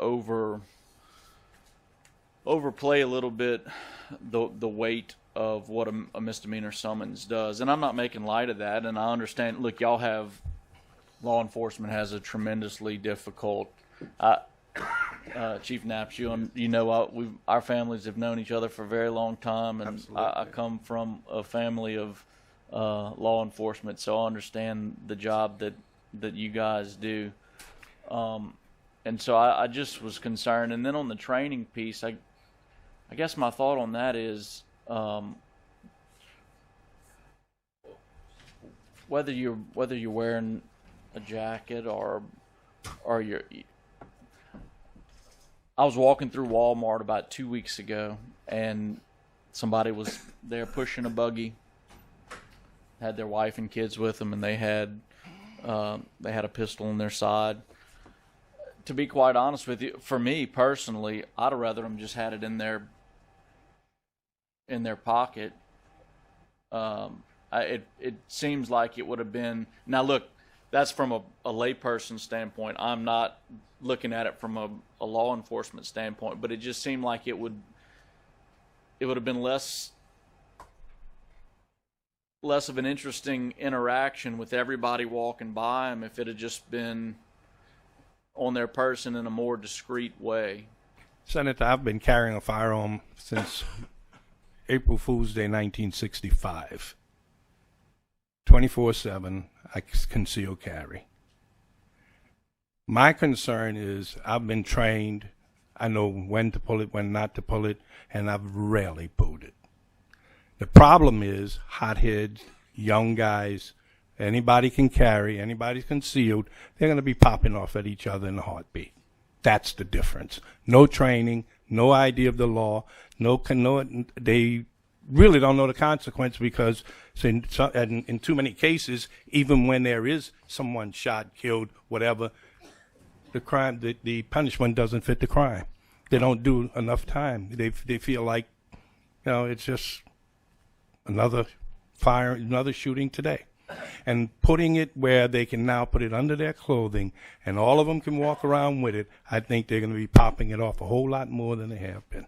Well, and I think I agree with almost everything you just said until you got towards the end. I think that a lot of the shootings and things that go on, I don't think that for the most part, if I'm hot-headed or if I go out and do whatever I'm doing with the thought process that I may end up in a shooting situation for whatever reason, that I'm just going to, whether or not I have a permit is going to make the difference. No, the difference is if you have to have a permit, those who want a permit, those law-abiding persons who would go and get a permit, that makes a difference. Those kids, those youth, those who are running around who don't have one now, that will be able to put one under their clothing, that's the ones I'm worried about. And I think where I differ on you with that is this: if there was some grave consequence to not having the permit, like there was some real big consequence, like if you don't have this concealed carry permit as it is written in law today, you go to jail for a year, or you have a felony on your record for the rest of your life or something like that. I could see it preventing people who now want to have a concealed carry. But for the most part, the people we're discussing, if I'm going to rob a bank tomorrow, I'm not saying, you know what, I might get that misdemeanor, so I'm not going to put this gun in my pocket. And that's what I'm saying has that ever been thought of? No, I don't. I really agree. I agree with you there. It's just that I just see more interaction amongst individuals, not the guy who's going out to commit a crime. I'm talking about just on the street, concealed in the urban areas. I think it's going to create more firearm shootings. Okay. All right. And look, I appreciate everything y'all do. So thank you. Chief Paul, welcome to our committee. My police chief from Baton Rouge. If you just want to state your name briefly, we're in the middle of asking some questions, and you can stay at the table and help answer. If you want to just make a quick statement. Yes, sir. Chief Murphy, Paul, Baton Rouge Police Department. I apologize for being late. I'm speaking on behalf of what's going on in policing in America right now. And what I'm asking, there's a tinderbox that's happening in America right now, specifically when it comes to policing. I see this legislation as an officer safety issue without police officers right now. I believe the current concealment laws that are in place, because the training that goes along with that, and those who have those licenses have been instructed and trained on how to interact with law enforcement. And I just believe right now that the timing of this isn't good, particularly in the city of Baton Rouge, and I'm asking you for consideration to not approve this legislation at this time. Thank you for your testimony, and you can stay at the table because Senator Barrow and Senator Abraham have some questions. Thank you, Mr. Chairman, and good to see you, Chief. So you just answered a question that I had mentioned earlier as it relates to training of police officers and training of the individuals who are currently, right now, when you get your concealed weapon, you have to go through the training and the permitting process. And you really answered that question very thoroughly, because I asked about how important the training was. And so you just mentioned something that I had not heard earlier in terms terms of how individuals who go through the training are taught how to interact with law enforcement when they come into contact with law enforcement. So can you just kind of take me a little bit through what that process looks like and what it may look like now if this bill were to pass? How can this actually change policing, and what would that mean for the training of police officers? Well, right now, part of the concealment piece, those persons who are concealed when they come in contact with a law enforcement officer are required to notify that police officer that they have a concealed weapon, and there are consequences for not following those instructions as it currently states in the concealed handgun law. So that's a part of the training process right now. That is part of the law. That is correct, for carrying a concealed handgun. Handgun. So if we didn't have this, then individuals getting guns would not know that they needed to do that necessarily. And so now police officers, when they encounter individuals, they would almost have to assume that every time they stop someone that they probably have a weapon, possibly. With the current state of policing in America today, what I am telling you from my experience in law enforcement, that this is a law enforcement, a police officer safety issue right now. And I think the timing of this legislation isn't good for policing, particularly in cities like New Orleans and Baton Rouge. I respect everyone's right. We do understand that we have responsible gun owners that we may not necessarily have those issues with, but the reality is policing in America today is very complex. Emotions are high right now, and I just don't think the timing of this legislation is what's best for policing, specifically in cities like the city of Baton Rouge and also New Orleans. And so you said individuals' rights, and so we're not taking away anybody's rights to be able to bear arms. That's the one thing I want to keep saying, because Yes, we're not doing that. But what we are doing is saying that individuals who will have the right to bear arms can now do so without being trained. Yes, sir. And without having any background checks. Okay, thank you. Thank you. Senator Abraham. Thank you, Mr. Chairman. First of all, I just want to thank y'all for coming and testify, and I do have the utmost respect for police officers, military. I really do. And this is a kind of a tough one for me, but I like to deal in numbers. And so I think someone at the table said that they thought that if you had constitutional carry, there would be a lot of popping off or a lot of shootings and those sorts of things. But statistically, what I've heard from the other side, unless you can give me something different, excuse me, statistically, I'm hearing that the states that had constitutional carry, it actually goes the other way. So I'm hearing, I mean, is one your opinion, or is it based on facts, or is it based on numbers? I'm assuming that the other group was based on numbers, that constitutional carry states crime was down. So I'd like you to address that. I'm the one who said about popping off, sir, and my thought is these other states, the 20 states, I don't know exactly which 20 they are, but when they said Maine and Vermont, you can't compare that to places like Louisiana, New York, California, places like that. The population, the urban population is what I'm speaking of. And they don't have a major urban population in these particular places. Well, I'm just wondering, it seems like that you would have some in this map. You would have a lot of urban populations in this map here, not in every state, but I know in a lot of them, and that's just what I was kind of getting I'd like to know their numbers in Texas. No, they didn't mention Texas, of course. I think this is just starting in Texas, I think. I mean, look where they are. I mean, they're mostly central states with... Yeah. But like Tennessee and Ohio and those states that are have a lot of urban, I sure would like to know what the metrics are on those states. And I will concede to you, and because I don't know the numbers there, and I did say it based upon my opinion. No, I understand. I'm not trying to catch you anything. No, I'm just being straightforward with you. Yeah, it is my opinion that's something that I would be concerned with. Yeah. Having always lived in the metropolis from the Ninth Ward of New Orleans to New York City and back to Louisiana to Baton Rouge, my experience has always been that in the urban areas, you've got hothead youth and I don't think we want to put more guns in their hands, not especially under their clothing. That's me. Okay, thank you. Thank you, Senator. Senator Carter? I just wanted to note that Texas just announced that they failed to have the votes to pass permitless carry for the similar reasons that you've mentioned and ones that I've consistently talked about, which is, for me, the issue of public safety and training. I think it's fair to assume, and I think the trainers that were here earlier spoke of, the better the training, the less opportunity for mishaps. Almost in any endeavor in life, people that are trained are better at handling the equipment in this case, or any situation. Better trained, better performance, less accidents, less harm to the community. Sir. Thank you, Senator.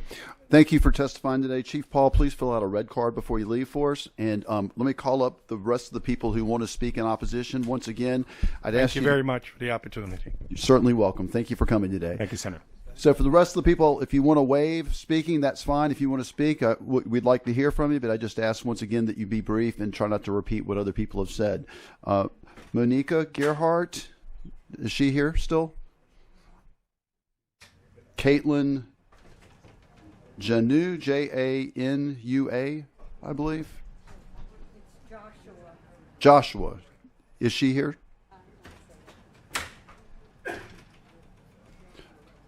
These are all people who in opposition and wish to speak.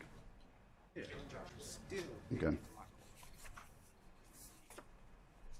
Sandy Brown, is she here? Ms. Brown, come on up and have a seat at the table. Ms. Joshua, please have a seat.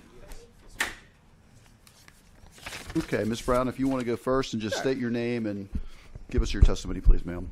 Okay. My name is Sandy Brown. I'm representing myself, and I'm delighted to be here.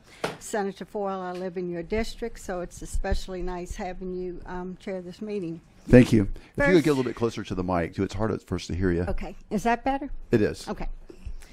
First, I find it odd that SB 118 would make permitless concealed carry possible in the places I frequent, like stores, restaurants, public gathering places. Yet we could not enter this building today without a security check. Guns are not allowed here, I gather. Is that correct? Okay, thank you. Something about this strikes me as highly hypocritical, since all places do not have the security that you can afford to extend to yourselves and your guests in our capital. I urge you to keep this in mind as you consider this bill. I ask that you consider the fairness of this bill as well, since it rolls back some measures already in place to make sure concealed carriers have adequate training to carry such weapons. It lowers the age restrictions, I think, as well to 18 from 21. So I think that is another consideration. It still keeps it at 21, I believe. It keeps it at 21. The House bill, the corresponding House bill is the one that lowers it to 18. Because we all know how calm and measured we are at 18 to make important decisions. I know I did. We do not allow people to drive until they reach a certain age and only after they pass the driver's test. They have to have a license, have it renewed. They have to follow many other regulations like insurance, not driving intoxicated, and so on. Yet someone like me, who has never owned or fired a gun, could purchase and carry a concealed weapon without ever having any training to use it. We all live with rules and regulations in our society, and gun training should remain in place for those wishing to carry weapons. I would ask a question. Have any of you ever come face to face with someone carrying a loaded gun without adequate training? And you can ask it as a rhetorical question. It's a rhetorical. I have. And that person was my father in 1973. And I will relate a very personal story here.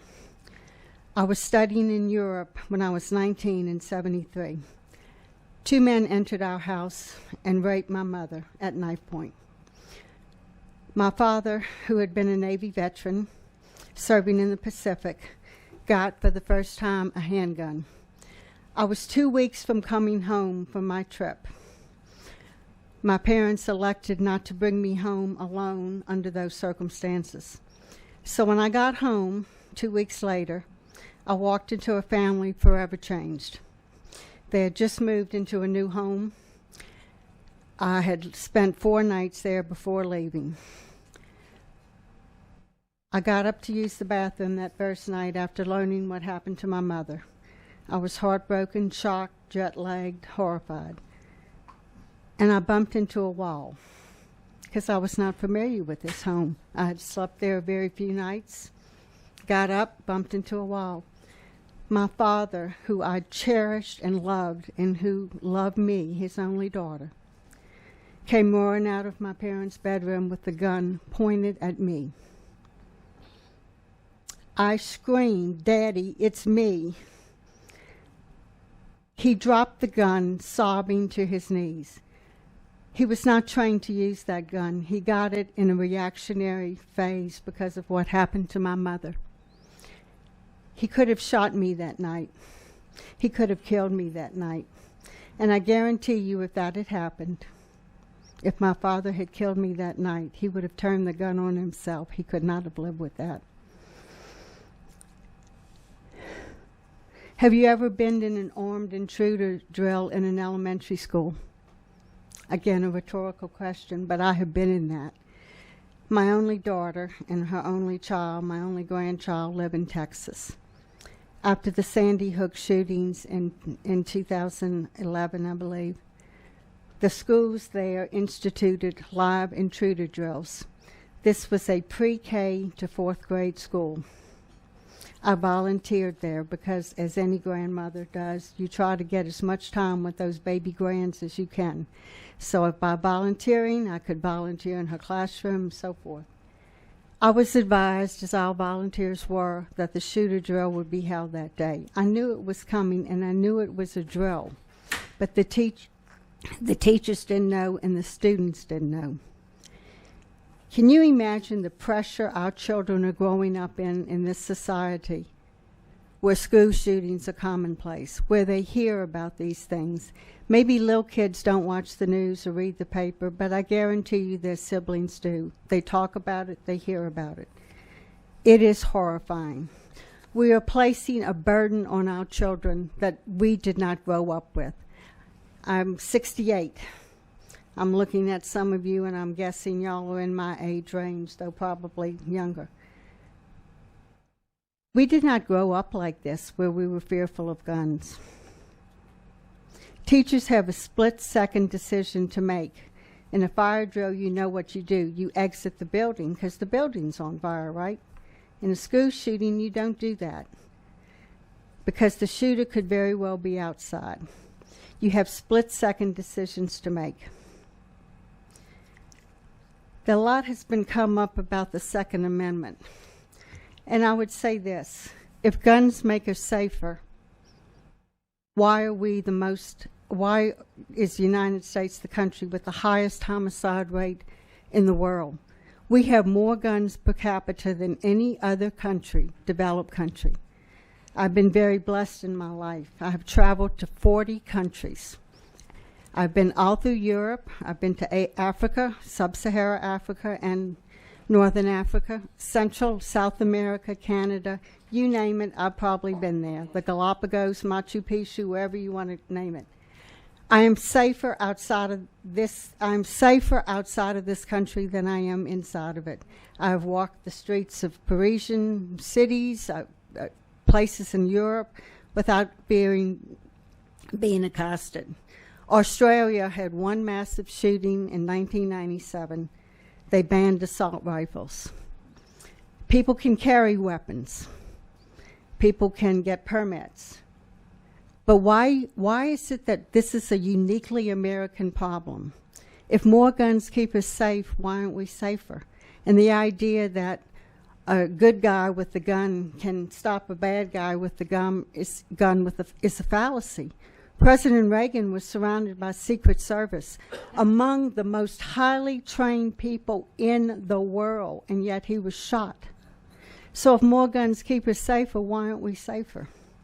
I'm going to ask you a final question, because I've asked you two already.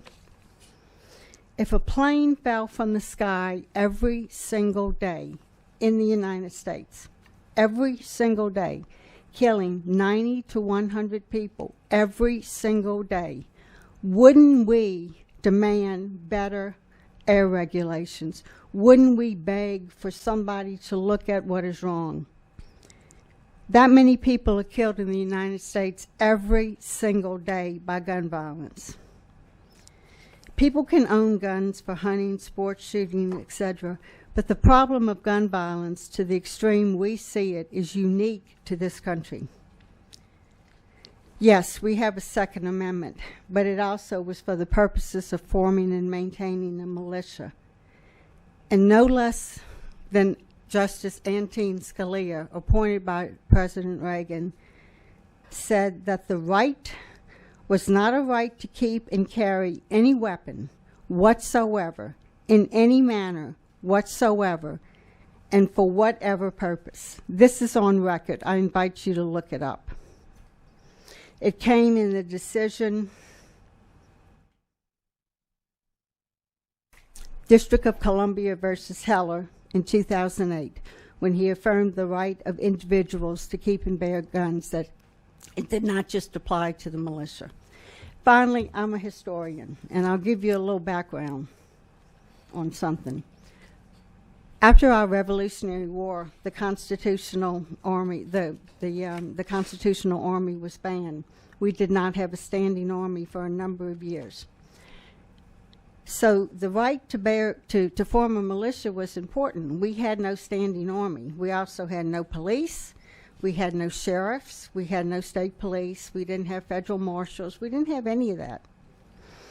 So what we did have were people who had weapons for personal protection and hunting. They also had militias to protect our coast from foreign forces, as what happened in 1812 when the British tried to regain the American colonies. But a lot of the armaments were kept in armories. We have one somewhere in the state capitol grounds. When John Brown tried to start a insurrection of slaves, he raided the armory at Harper's Ferry because that's where the guns and weapons were. Why is this a problem in the United States? Shouldn't we be concerned about passing gun legislation that makes us safer, rather than a bill that makes us all less safe by doing away with sensible rules, like learning how to properly use weapons? I don't understand this at all. How do you explain it to your children? Are you going to wait to take action till it's your child, your grandchild, your friend, your spouse? And as Senator Ward brought up about concealed carry, he prefers not to see the guns. I want to see them. I want to see them carried on their side so I can make a determination. Do I want to sit in a restaurant with that person? Do I want to be in a store with that person? Do I want to sit next to that person in church? I want to see the gun. Because if I don't see the gun, then I could be the next victim in a mass shooting somewhere. Ms. Brown, thank you for coming today. That was, I know, a very tough story, and we appreciate I didn't give you a lot of facts. I gave you personal stories because you're tired of facts. And thank you for taking the time to come down here and talk to us today. Ms. Joshua? Yes, of course. I'll be rather quick. Caitlin Joshua with Power Coalition, as well as Faith in Action. On behalf of Faith in Action, just in case you don't know what type of group we are, we're a group of faith leaders, faith-based organizers that address gun violence on the local level. And right now we spend a great deal of our time organizing robust strategies, listening sessions, you name it. And we're finding a lot of times in order to solve the systemic issues, one of the things that we're coming up against is constantly playing defense in the legislature with bills like SB 118. We feel like this bill would just provide an opportunity for more negligence in what many folks aforementioned as urban communities, Black and Brown communities.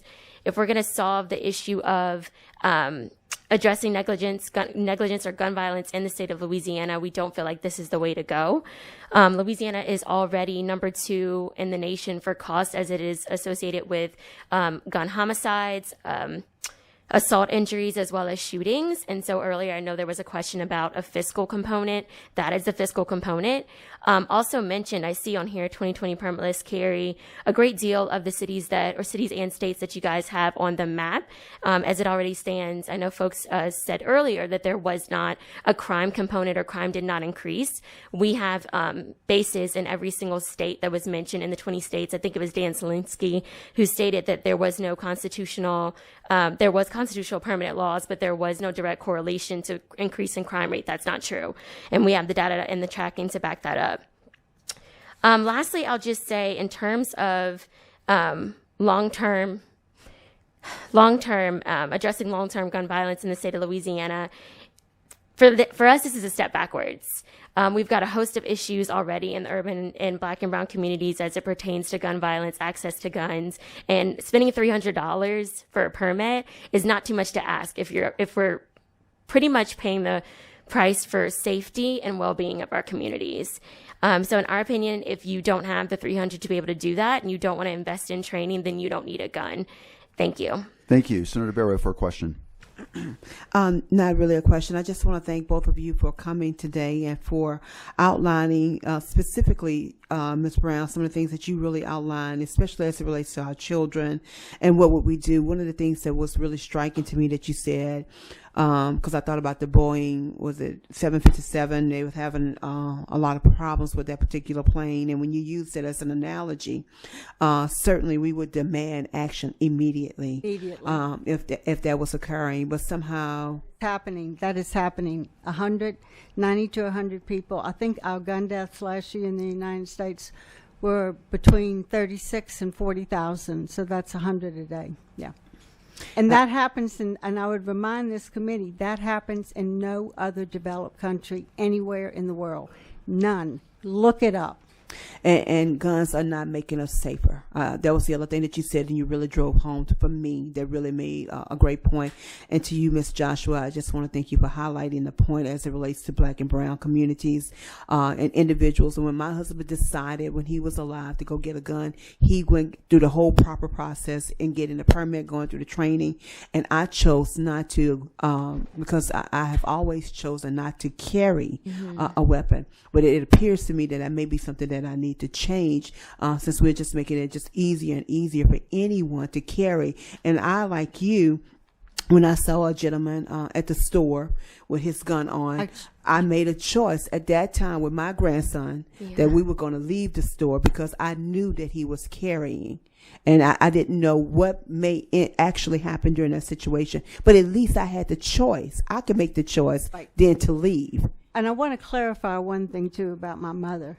Some people in here might think if she had had a gun, she could have defended herself. I want to clarify how her rape came to happen. We had just bought a new house in a developing subdivision, and my mother, one of the kindest people ever to walk the earth, would bring the workers iced tea, ice water, lemonade, whatever. They were told when working that if they needed water, they could use the hose if she wasn't home. The foundation for the house adjacent to us had been poured, and when that happens, all work stops because the foundation has to harden. There were some laborers who had been hired, day laborers, to pick up trash and so forth. Mother did not realize that the regular crew had left, and these men had seen my mother offer water before. So they came to the door, knocked on her door, and she said, "Yes, I'll get you some iced tea." When she did that, they pulled the guns and came in. Having a gun on her person, unless she wore it in the house in 1973, which most suburban housewives would not have helped her. There's an element of surprise in all of this. And I just wanted to clarify that she would not have been safer if she had had a gun on her person that day. She was acting out of kindness. And what was remarkable about my mother was after she recovered from this and worked hard, she still was that same kind lady. Wow. She still was that same kind lady. What kept her safe was being surrounded by love, her faith in God, and her family, not a gun. Thank you for your personal testimony. Thank you for your courage, and sorry that that incident happened to your mom, but thank you for sharing that with us and sharing how she overcame it as well. If it helps save a life, she would be okay with sharing it. Thank you. Thank you, Senator Barrow. Thank you, Ms. Brown. Let me call up the next three. Susan E. Snelson, in opposition, would like to speak. Angel Bradford, in opposition, would like to speak. And Earl Domingue, in opposition, would like to speak. Give them a few minutes to get over here. Okay. Ms. Nelson, you can have a seat. Thank you.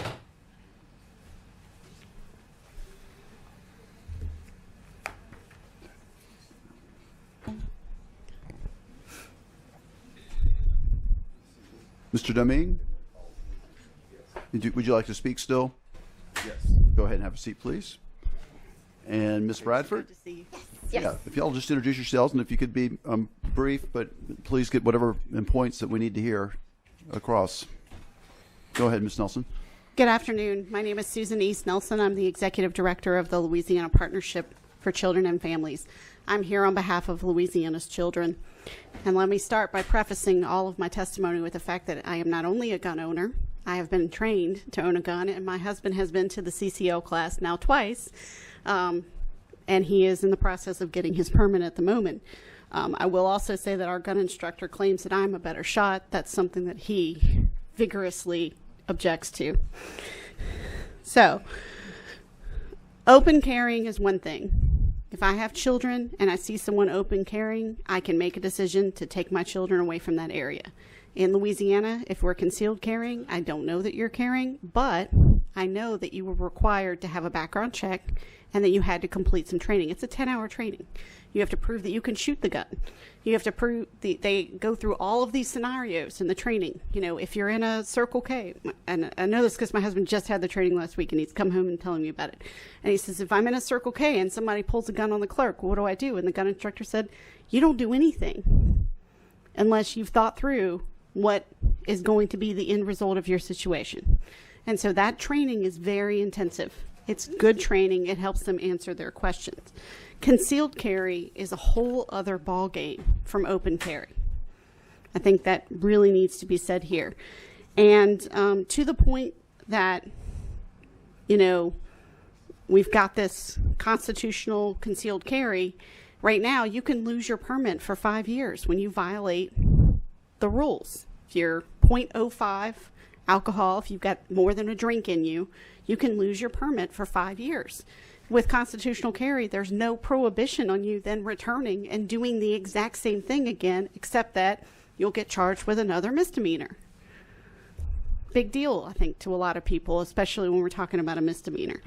So, you know, someone said that it's a victimless crime.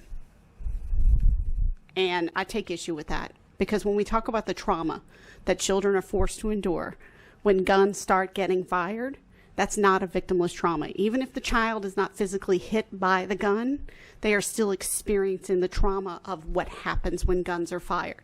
And again, I say, if you're open carrying, someone can make a decision. I don't want to be here where people are open carrying. I can go somewhere else. But if we have concealed carry without training and without the basic restrictions, 10 hours of training, 10 hours, and background checks to make people feel a little bit more safe, then we are really doing our children a disservice.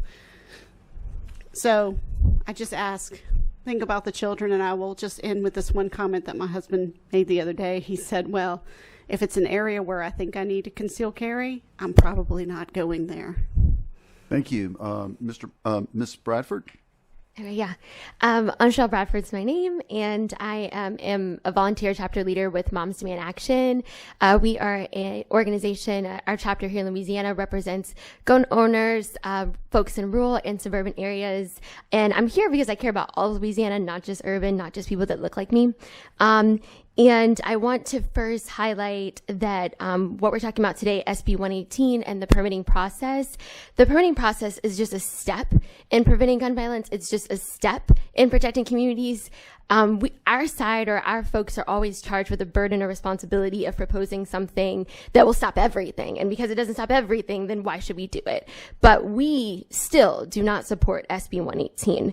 And I'll tell you why. Supporters of permitless carry will tell you that criminals don't follow laws and this bill only impacts law-abiding citizens. But that argument doesn't match up with the reality on the ground. Our permitting system ensures people get a background check and some hands-on safety training, including actually firing a handgun before carrying a firearm in our communities, around our families. What we must understand is that Louisiana's permitting system, what we must understand is that Louisiana's permitting system is the only background check a person may ever receive. And let me repeat, the permit requires a background check in all scenarios, and this bill takes that away. Louisiana does not require background checks for firearm sales, and so I just contradict myself, not in all scenarios. Louisiana does not require background check for firearm sales by unlicensed sellers, such as between strangers.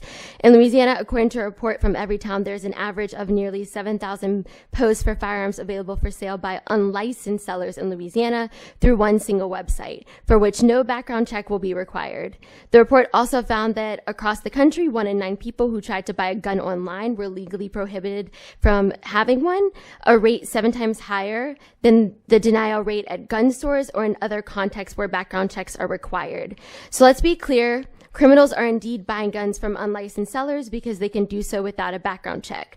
Right now, if they bought that gun and carried it concealed in public without a permit, they would be breaking the law. By requiring a person to obtain a background check before getting a permit, law enforcement can use this tool to stop people with dangerous histories from carrying concealed guns in public.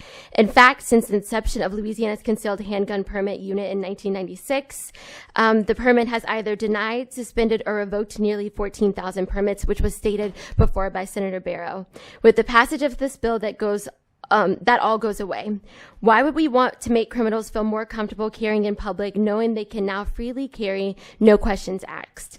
Law enforcement opposes this bill because they understand that would be the new reality. Give law enforcement the tools to stop criminals from carrying guns in our community. This bill would do the opposite. Law enforcement would be stripped of that tool. Listen to them, as they are the ones with real-world experience as to how this would complicate their jobs. Additionally, Senator Abraham did ask about crime rates, I believe, and I do want us to be sure to distinguish crime rates. That includes all crime rate versus crime with firearms. And so for states and areas that have seen an increase in gun violence, so assault with firearms after permitless carry, we do have some data I'll share in a second, and these are independent studies that center research on an increase in assault with firearms, not just crime overall, because crime in the country overall is down, taking aside the COVID-19 context. Supporters will also say that permitless won't turn us into the Wild West. That's a pretty low bar and simplifies the very complex problem of gun violence that we have. They say emboldening criminals to carry guns, no questions asked, will somehow reduce crime. Here are the facts. States that have permitless carry have experienced increases in violent crime specifically. Since Arizona enacted permitless carry legislation in 2010, the annual rate of aggravated assaults committed with a firearm in the state increased by 8%. Since Alaska enacted a permitless carry bill in 2003, the state has experienced a 65% increase in the annual rate of aggravated assaults with a gun. And just to go back to my Arizona stat, that translates to an average of 921 more gun-related aggravated assaults in recent years, which includes 2017 to 2018. Additionally, in our state, we already have the second highest rate of gun homicide deaths in the U.S. Gun deaths in the state have increased by 15% from 2010 to 2019. Firearms are the leading cause of death of children. We want to work with you to find solutions to these problems, but this bill will only make them worse, which is why I say it's just a tool. It's a piece of the larger puzzle. Finally, I want to address the argument that permitless open carry is allowed in Louisiana, and this bill isn't any different. It's not a stretch. Simply put, reasonable gun owners have not traditionally carried firearms openly, and the lack of laws about open carry does not mean that this is a policy that should be extended to concealed carry. A majority of states require a permit to carry concealed handgun, including Alabama, Georgia, Florida, us, North Carolina, South Carolina, and of course Texas, who can't even get the votes to pass it because it's a dangerous bill. SB 118 would put Louisiana in a minority of states, including in the South. Please oppose SB 118 and any efforts at permitless carry, as there are many this session, and support public safety and law enforcement. Thank you. Thank you. Mr. Domingue, please. Good afternoon to everyone, and thank you for this opportunity to speak to you. I speak as someone who has served for over 25 years in a community that has been mentioned here today as an example.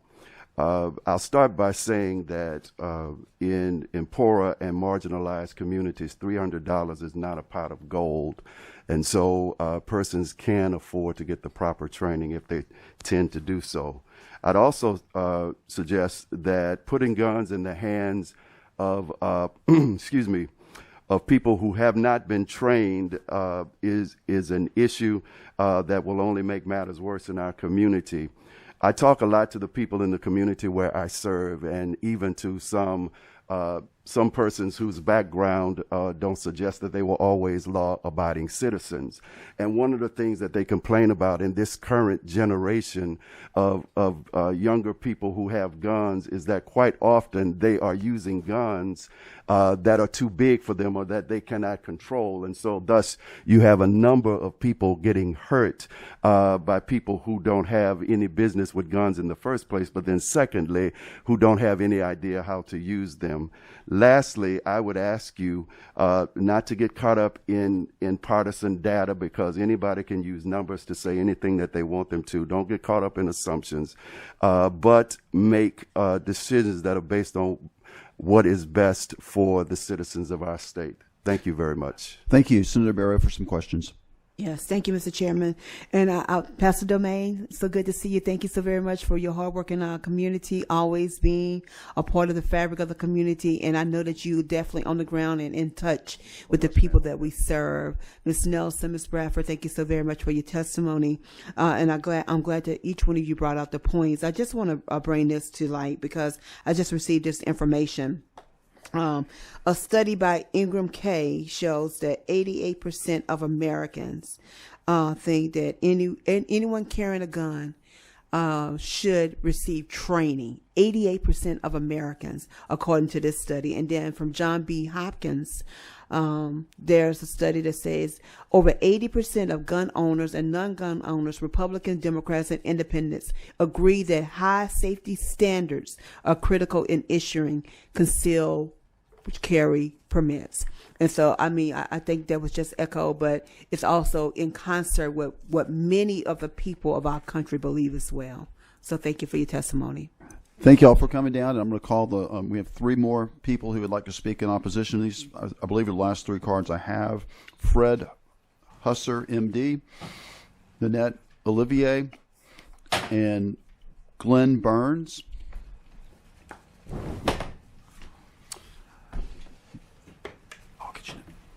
Welcome to our committee. Thank you very much for having me. My name is Fred Husserl. I'm a physician. I live in New Orleans. I've been in Louisiana since 1972. At the end of 72, on a fateful evening, as an intern at Charity, I was on call when we had the massacre and the Howard Johnson. I'd like to remind members of the audience, this did not start out in a simple way. It started out with somebody who used a gun in an inappropriate way. I spent 4 years at Charity. I took care of many people that had significant illnesses after a gunshot wound. Then I spent my life as a nephrologist at Oxnard, and I took care of many people who required ICU care after a gunshot wound. I spoke with a friend of mine who lives in Lafayette, who's house sitting in the 9th Ward. Spoke with him this morning driving here. And he says, Fred, I heard it again. I said, what? He said, I heard the crackle every night. He's house sitting a house in the 9th Ward for a week. Every night he heard gunshots. Every night. Some of them sounded like an AK-47. This happens time and time and time again. This bill makes it easier for people that are not responsible to own a gun. If my child is going over for a overnight sleep at somebody's house, or my granddaughter does that, I'd like to know that if there's a gun in that house, that person that owns the gun knows what they have to do with the gun, what the gun safety regulations are, how you can put this away, how can you protect the children in your medium with you, so that they can not be at risk. on a personal basis. My wife and I took a course, 1974-75, on the use of gun and shooting, and we chose not to buy a gun. We chose not to buy it because the instructor clearly told us, if you're in a situation where you're forced to use the gun, you must shoot to kill, and you can't think twice. And that to me was absolutely unacceptable. I could not face that possibility. Now, a lot of people that don't have training will have that same gut reaction, and they will take a life and then think about it. It's too late. One's in jail, the other one's in a coffin. Thank you. Thank you, Doctor. Ms. Olivier. Thank you for allowing me to speak today. My name is Nanette Olivier. I'm a resident in Baton Rouge, and I'm here with my colleagues here to express a strong opposition to Senate Bill 118, which would allow people to carry concealed handguns in public places without a permit, without a background check, and notably without safety training. And that would in effect dismantle Louisiana's system of the current system of a responsible gun ownership. Our current handgun permitting system requires training on how to carry firearms responsibly in public, ensuring that only responsible people can carry these guns. This training, very importantly, includes the firing of a live weapon. SB 118 would remove these safeguards and allow concealed carry by people who currently cannot get a permit, such as violent offenders and teenagers. And this is not a partisan issue, as I think the concern has been raised here. Senator Barrow, you spoke about, I think, 88% of people in the United States back responsible measures, legislation. One study specific to Louisiana, and we are a conservative state, indicated that 73% of Louisiana voters opposed making it legal to carry a loaded handgun in public without a permit or safety training. 73% of the people you're representing in this state. I come here today and I'm speaking to you as a mother and a grandmother, and I see the fear in young people and children of dying by gun violence in their schools and other public and community places. Are we going to allow our children to bear this burden of stress? And those of us who grew up in the 50s, 60s, and 70s really did not have this level of fear that our current young population does today. Can we not agree to reasonable efforts to curb the violence? I'm not naive, and one piece of legislation is not going to stop the violence. But what are our tools at hand? And I want to address some comments that were presented a little bit earlier, I think by Mr. Dan Zelinka. He suggested that there were folks in the audience here today with red shirts on who would come to you talking about the sky is falling and that there's blood in the streets. And I thought about that, and I am not here to tell you that the sky is falling, but rest assured, there is blood in the streets of the cities and towns across Louisiana. I know I live in one, and every day I pick up the paper, and it's almost like you become inured to the gun violence because it's an everyday happening. And I want to speak about one other comment that was mentioned up here, and that was that carrying guns was a God-given right. And really, I don't hold that personal belief, but what I do believe that it is your responsibilities as our lawmakers to use the tools at hand to create legislation that at least gives us the opportunity to curb the violence that we're currently facing.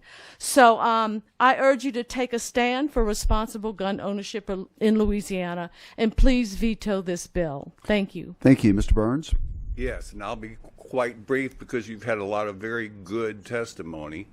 I've been an attorney for 48 years. I was a prosecutor for 8 years, and I carried a weapon for 3 of those years. I got training from the FBI on how to carry a weapon and what you have to do if you draw it. And people say is the truth. If you pull your weapon, you're supposed to kill someone. I don't think anyone without training should be able to walk around our city and our streets carrying a firearm, because I want to know that they have one, because I want to go the other way. I would only lastly say one thing is, besides the people on the street, I want to know when my children go to somebody's house, is that a house where people carry firearms all the time without anyone knowing? And when people come to my house, if it's open carry, I know they have a gun and I can tell them to leave. If they walk in my house with a gun hidden, I don't know. Thank you. Thank you. Thank you all for coming today. Ms. Karen White, I didn't forget you. You did want to make a few brief comments. Thank you very much, Mr. Chairman. Karen White, I'm Executive Counsel for the Louisiana Municipal Association. I just thought there were a few things that might complement the discussions today. First of all, it's important to know that the LMA partners with the Chiefs of Police Association. We work very, very closely with them. We trust them inherently. They are the boots on the ground responders, and so we trust their judgment. But there's been discussion about the constitutional right, the Second Amendment right to bear arms, and this bill seems to envision that that right somehow should be unfettered. And if in fact it were treated as an unfettered right, that is not consistent with the way that the other constitutional amendments have been treated. One of the most sacred of which is the right to free speech. Everybody knows the First Amendment right to free speech. I can name, I'm not going to because it looks like I would probably be flogged if I did, but I can name you at least 19 exceptions to the First Amendment. I can name at least 11 exceptions off the top of my head to the Fourth Amendment, and even the Sixth Amendment that guarantees you the right to confront your accuser has 2 exceptions to it. So to say that this right somehow should be unfettered is simply not accurate. Senator Abraham, I know that you are a man of data, and so I wanted to point out that you may have picked up by now that the data and research on this are sort of on both sides of the fence. It depends on who you wish to believe, but the National Bureau of Economic Research conducted a study, and I'm quoting, quote, "There is not even the slightest hint in the data that right to carry laws reduce violent crime." And in fact, when they looked at the data, they said that it, quote, "substantially raises overall violent crime in the 10 years after they are adopted." So I would leave it to you to do the research and find which you believe to be the most compelling. I would say that the training that comes along, as Mr. Zielinski, I don't want to mispronounce that, I'm sorry if I did, pointed out, is robust. It is a 9-hour training, not just about proficiency in your weapon, but in fact, a great deal of that, and I suspect some of you have taken the class before and you know this, a great deal of that class is spent talking about the laws in Louisiana with regard to using your weapon. I know attorneys who don't know and can't accurately recite what the Castle Doctrine says. So it's not just about handling a weapon, though it's certainly important. It is about being proficient in the law. And I would say a law-abiding citizen can only be a law-abiding citizen if they know what the law is. And that's a huge part of that training. You know, we would like to believe that people voluntarily would choose to do the right thing. I'll give you a quick example. For many, many years, every person in this room, if you bought something online, you were obligated to self-report your sales taxes because it wasn't collected for you. Since it became mandatory and it was collected for you, the Remote Sellers Commission is collecting about $25 million a month in sales taxes. So sometimes very well-intended people sometimes need a gentle nudge to do the right thing. The one thing I also wanted to mention is there is an element of public perception that I think is very important. And so it's not just the reality of what this bill purports to do or what it would actually do, but the public perception surrounding a bill like this. What does it do to everyone else in the community, right, when a law like this passes? And historically, the data shows that the public sense of safety tends to drop off dramatically, that people perceive that it is a much more dangerous community to live in. Whether that is the case or not sort of becomes a non-issue if that is the perception, because as you know, perception is reality. With that being said, I'm going to shut up and take any questions you have. Thank you. Senator Ward, I'm sorry I didn't see you sooner. No, it's okay. And I'm not sure who would be the right person to answer this, but I've heard it brought up a couple of times over the last 20 or 30 minutes. And it has to do with, I would like to know if my kid went over to someone's house, whether or not they keep firearms. Does somehow right now, or like if you have a concealed permit, are you on some public list that allows everybody to know that? I would just like the committee to know that, because I don't know the answer, but it would be something that I would like to know the answer to. Yeah, I think, well,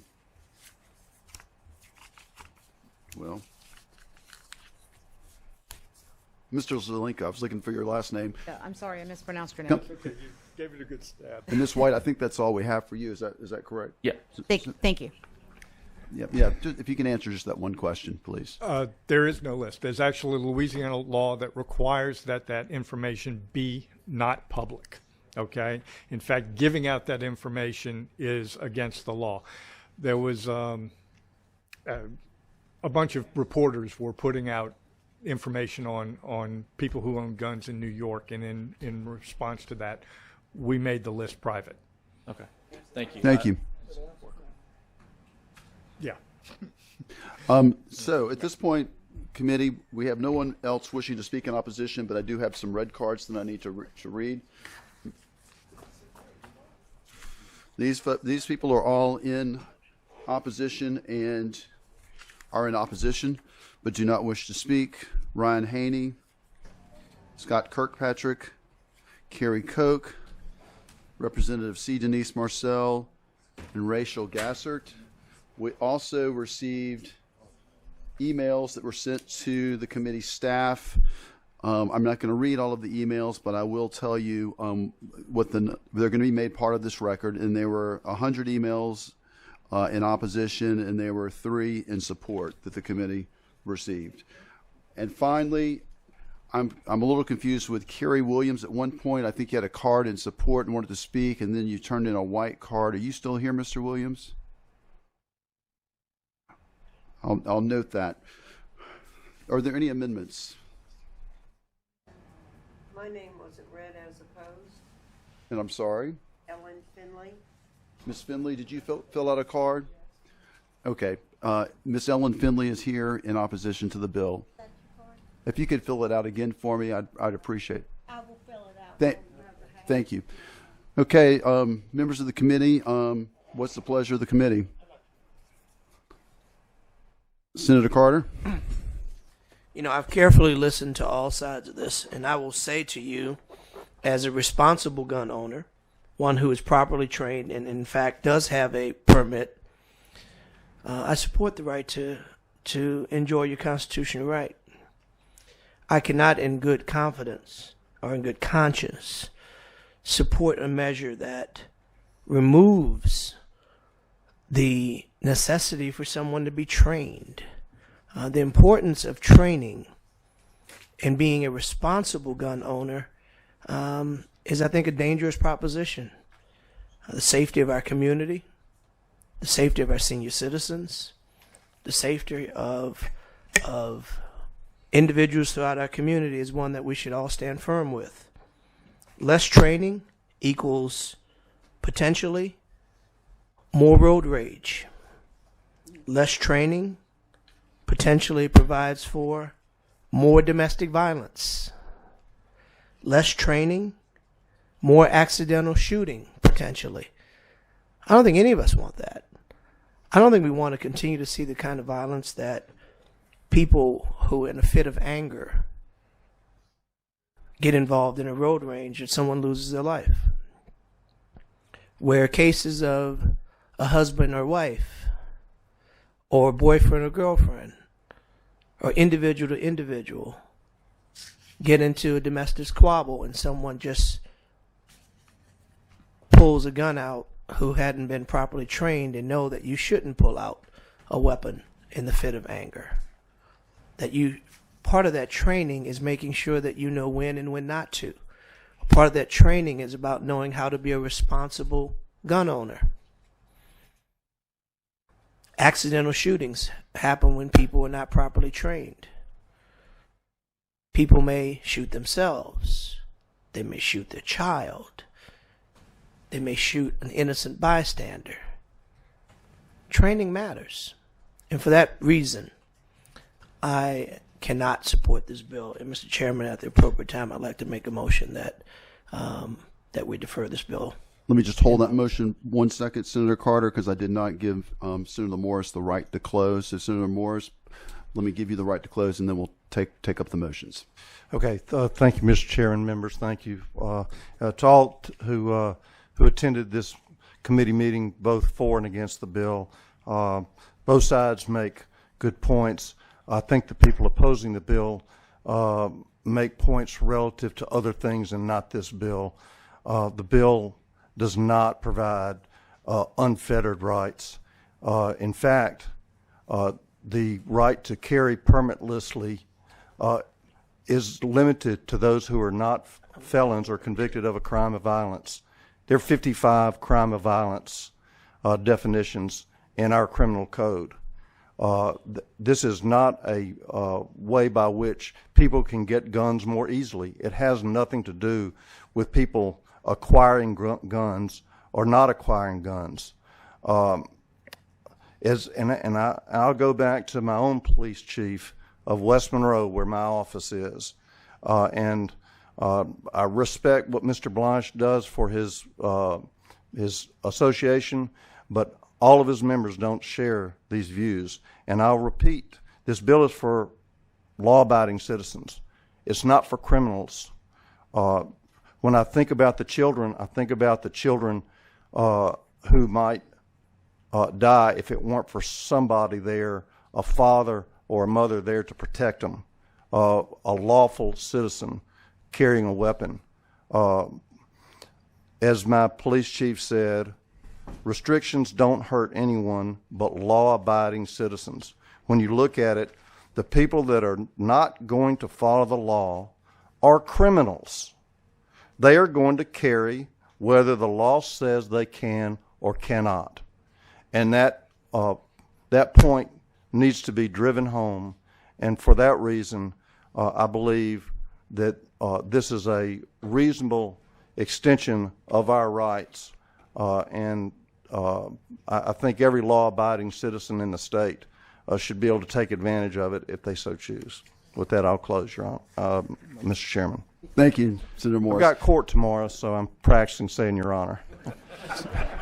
Senator Carter, let me recognize you again for a motion. Yeah, and I want to go back, and I'm happy to hear that my dear friend and senator said everything, but he didn't challenge the points that I made, and I respect that. And I'll tell you, and the points I made is training.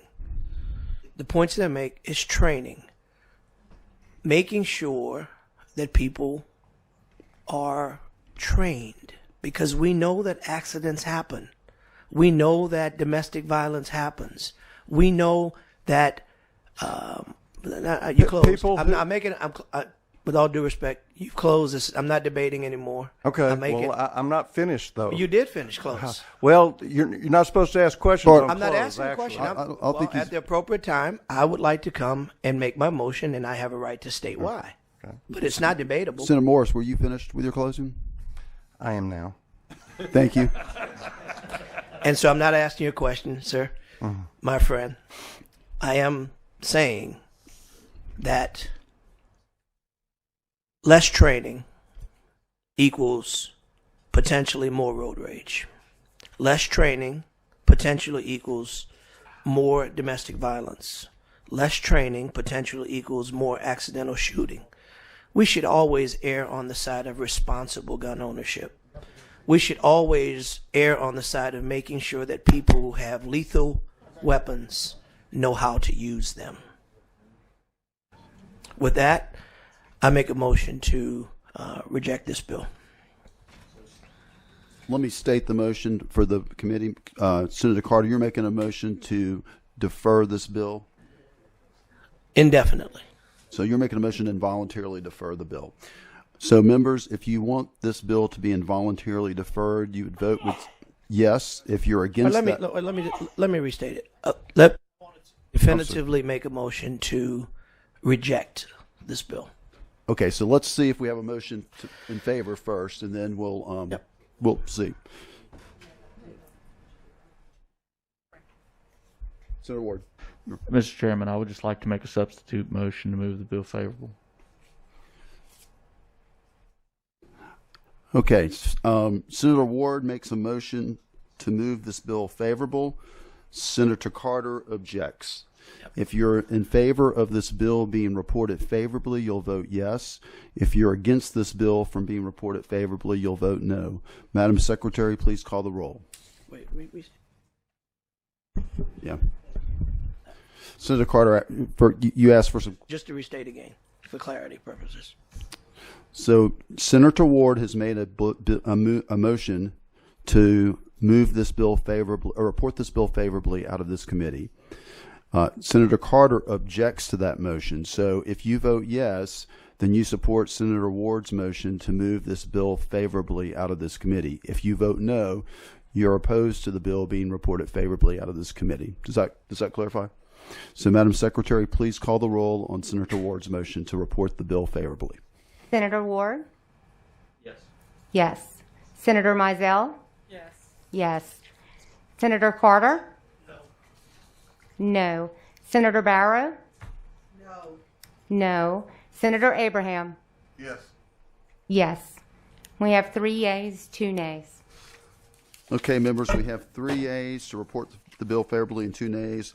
So Senate Bill 118 by Senator Morris is reported favorably. Senator Abraham moves that we adjourn. Mr. Chairman, before we close the meeting, I think the National Rifle Association's State Director, Matt Harriman, sent a letter into the, and it's going to be part of the record in support of the legislation. It is. It is. Okay. It was I just want to make sure that I didn't need to introduce this. Okay. Thank you, members. Thank you, Senator Morris. We stand adjourned.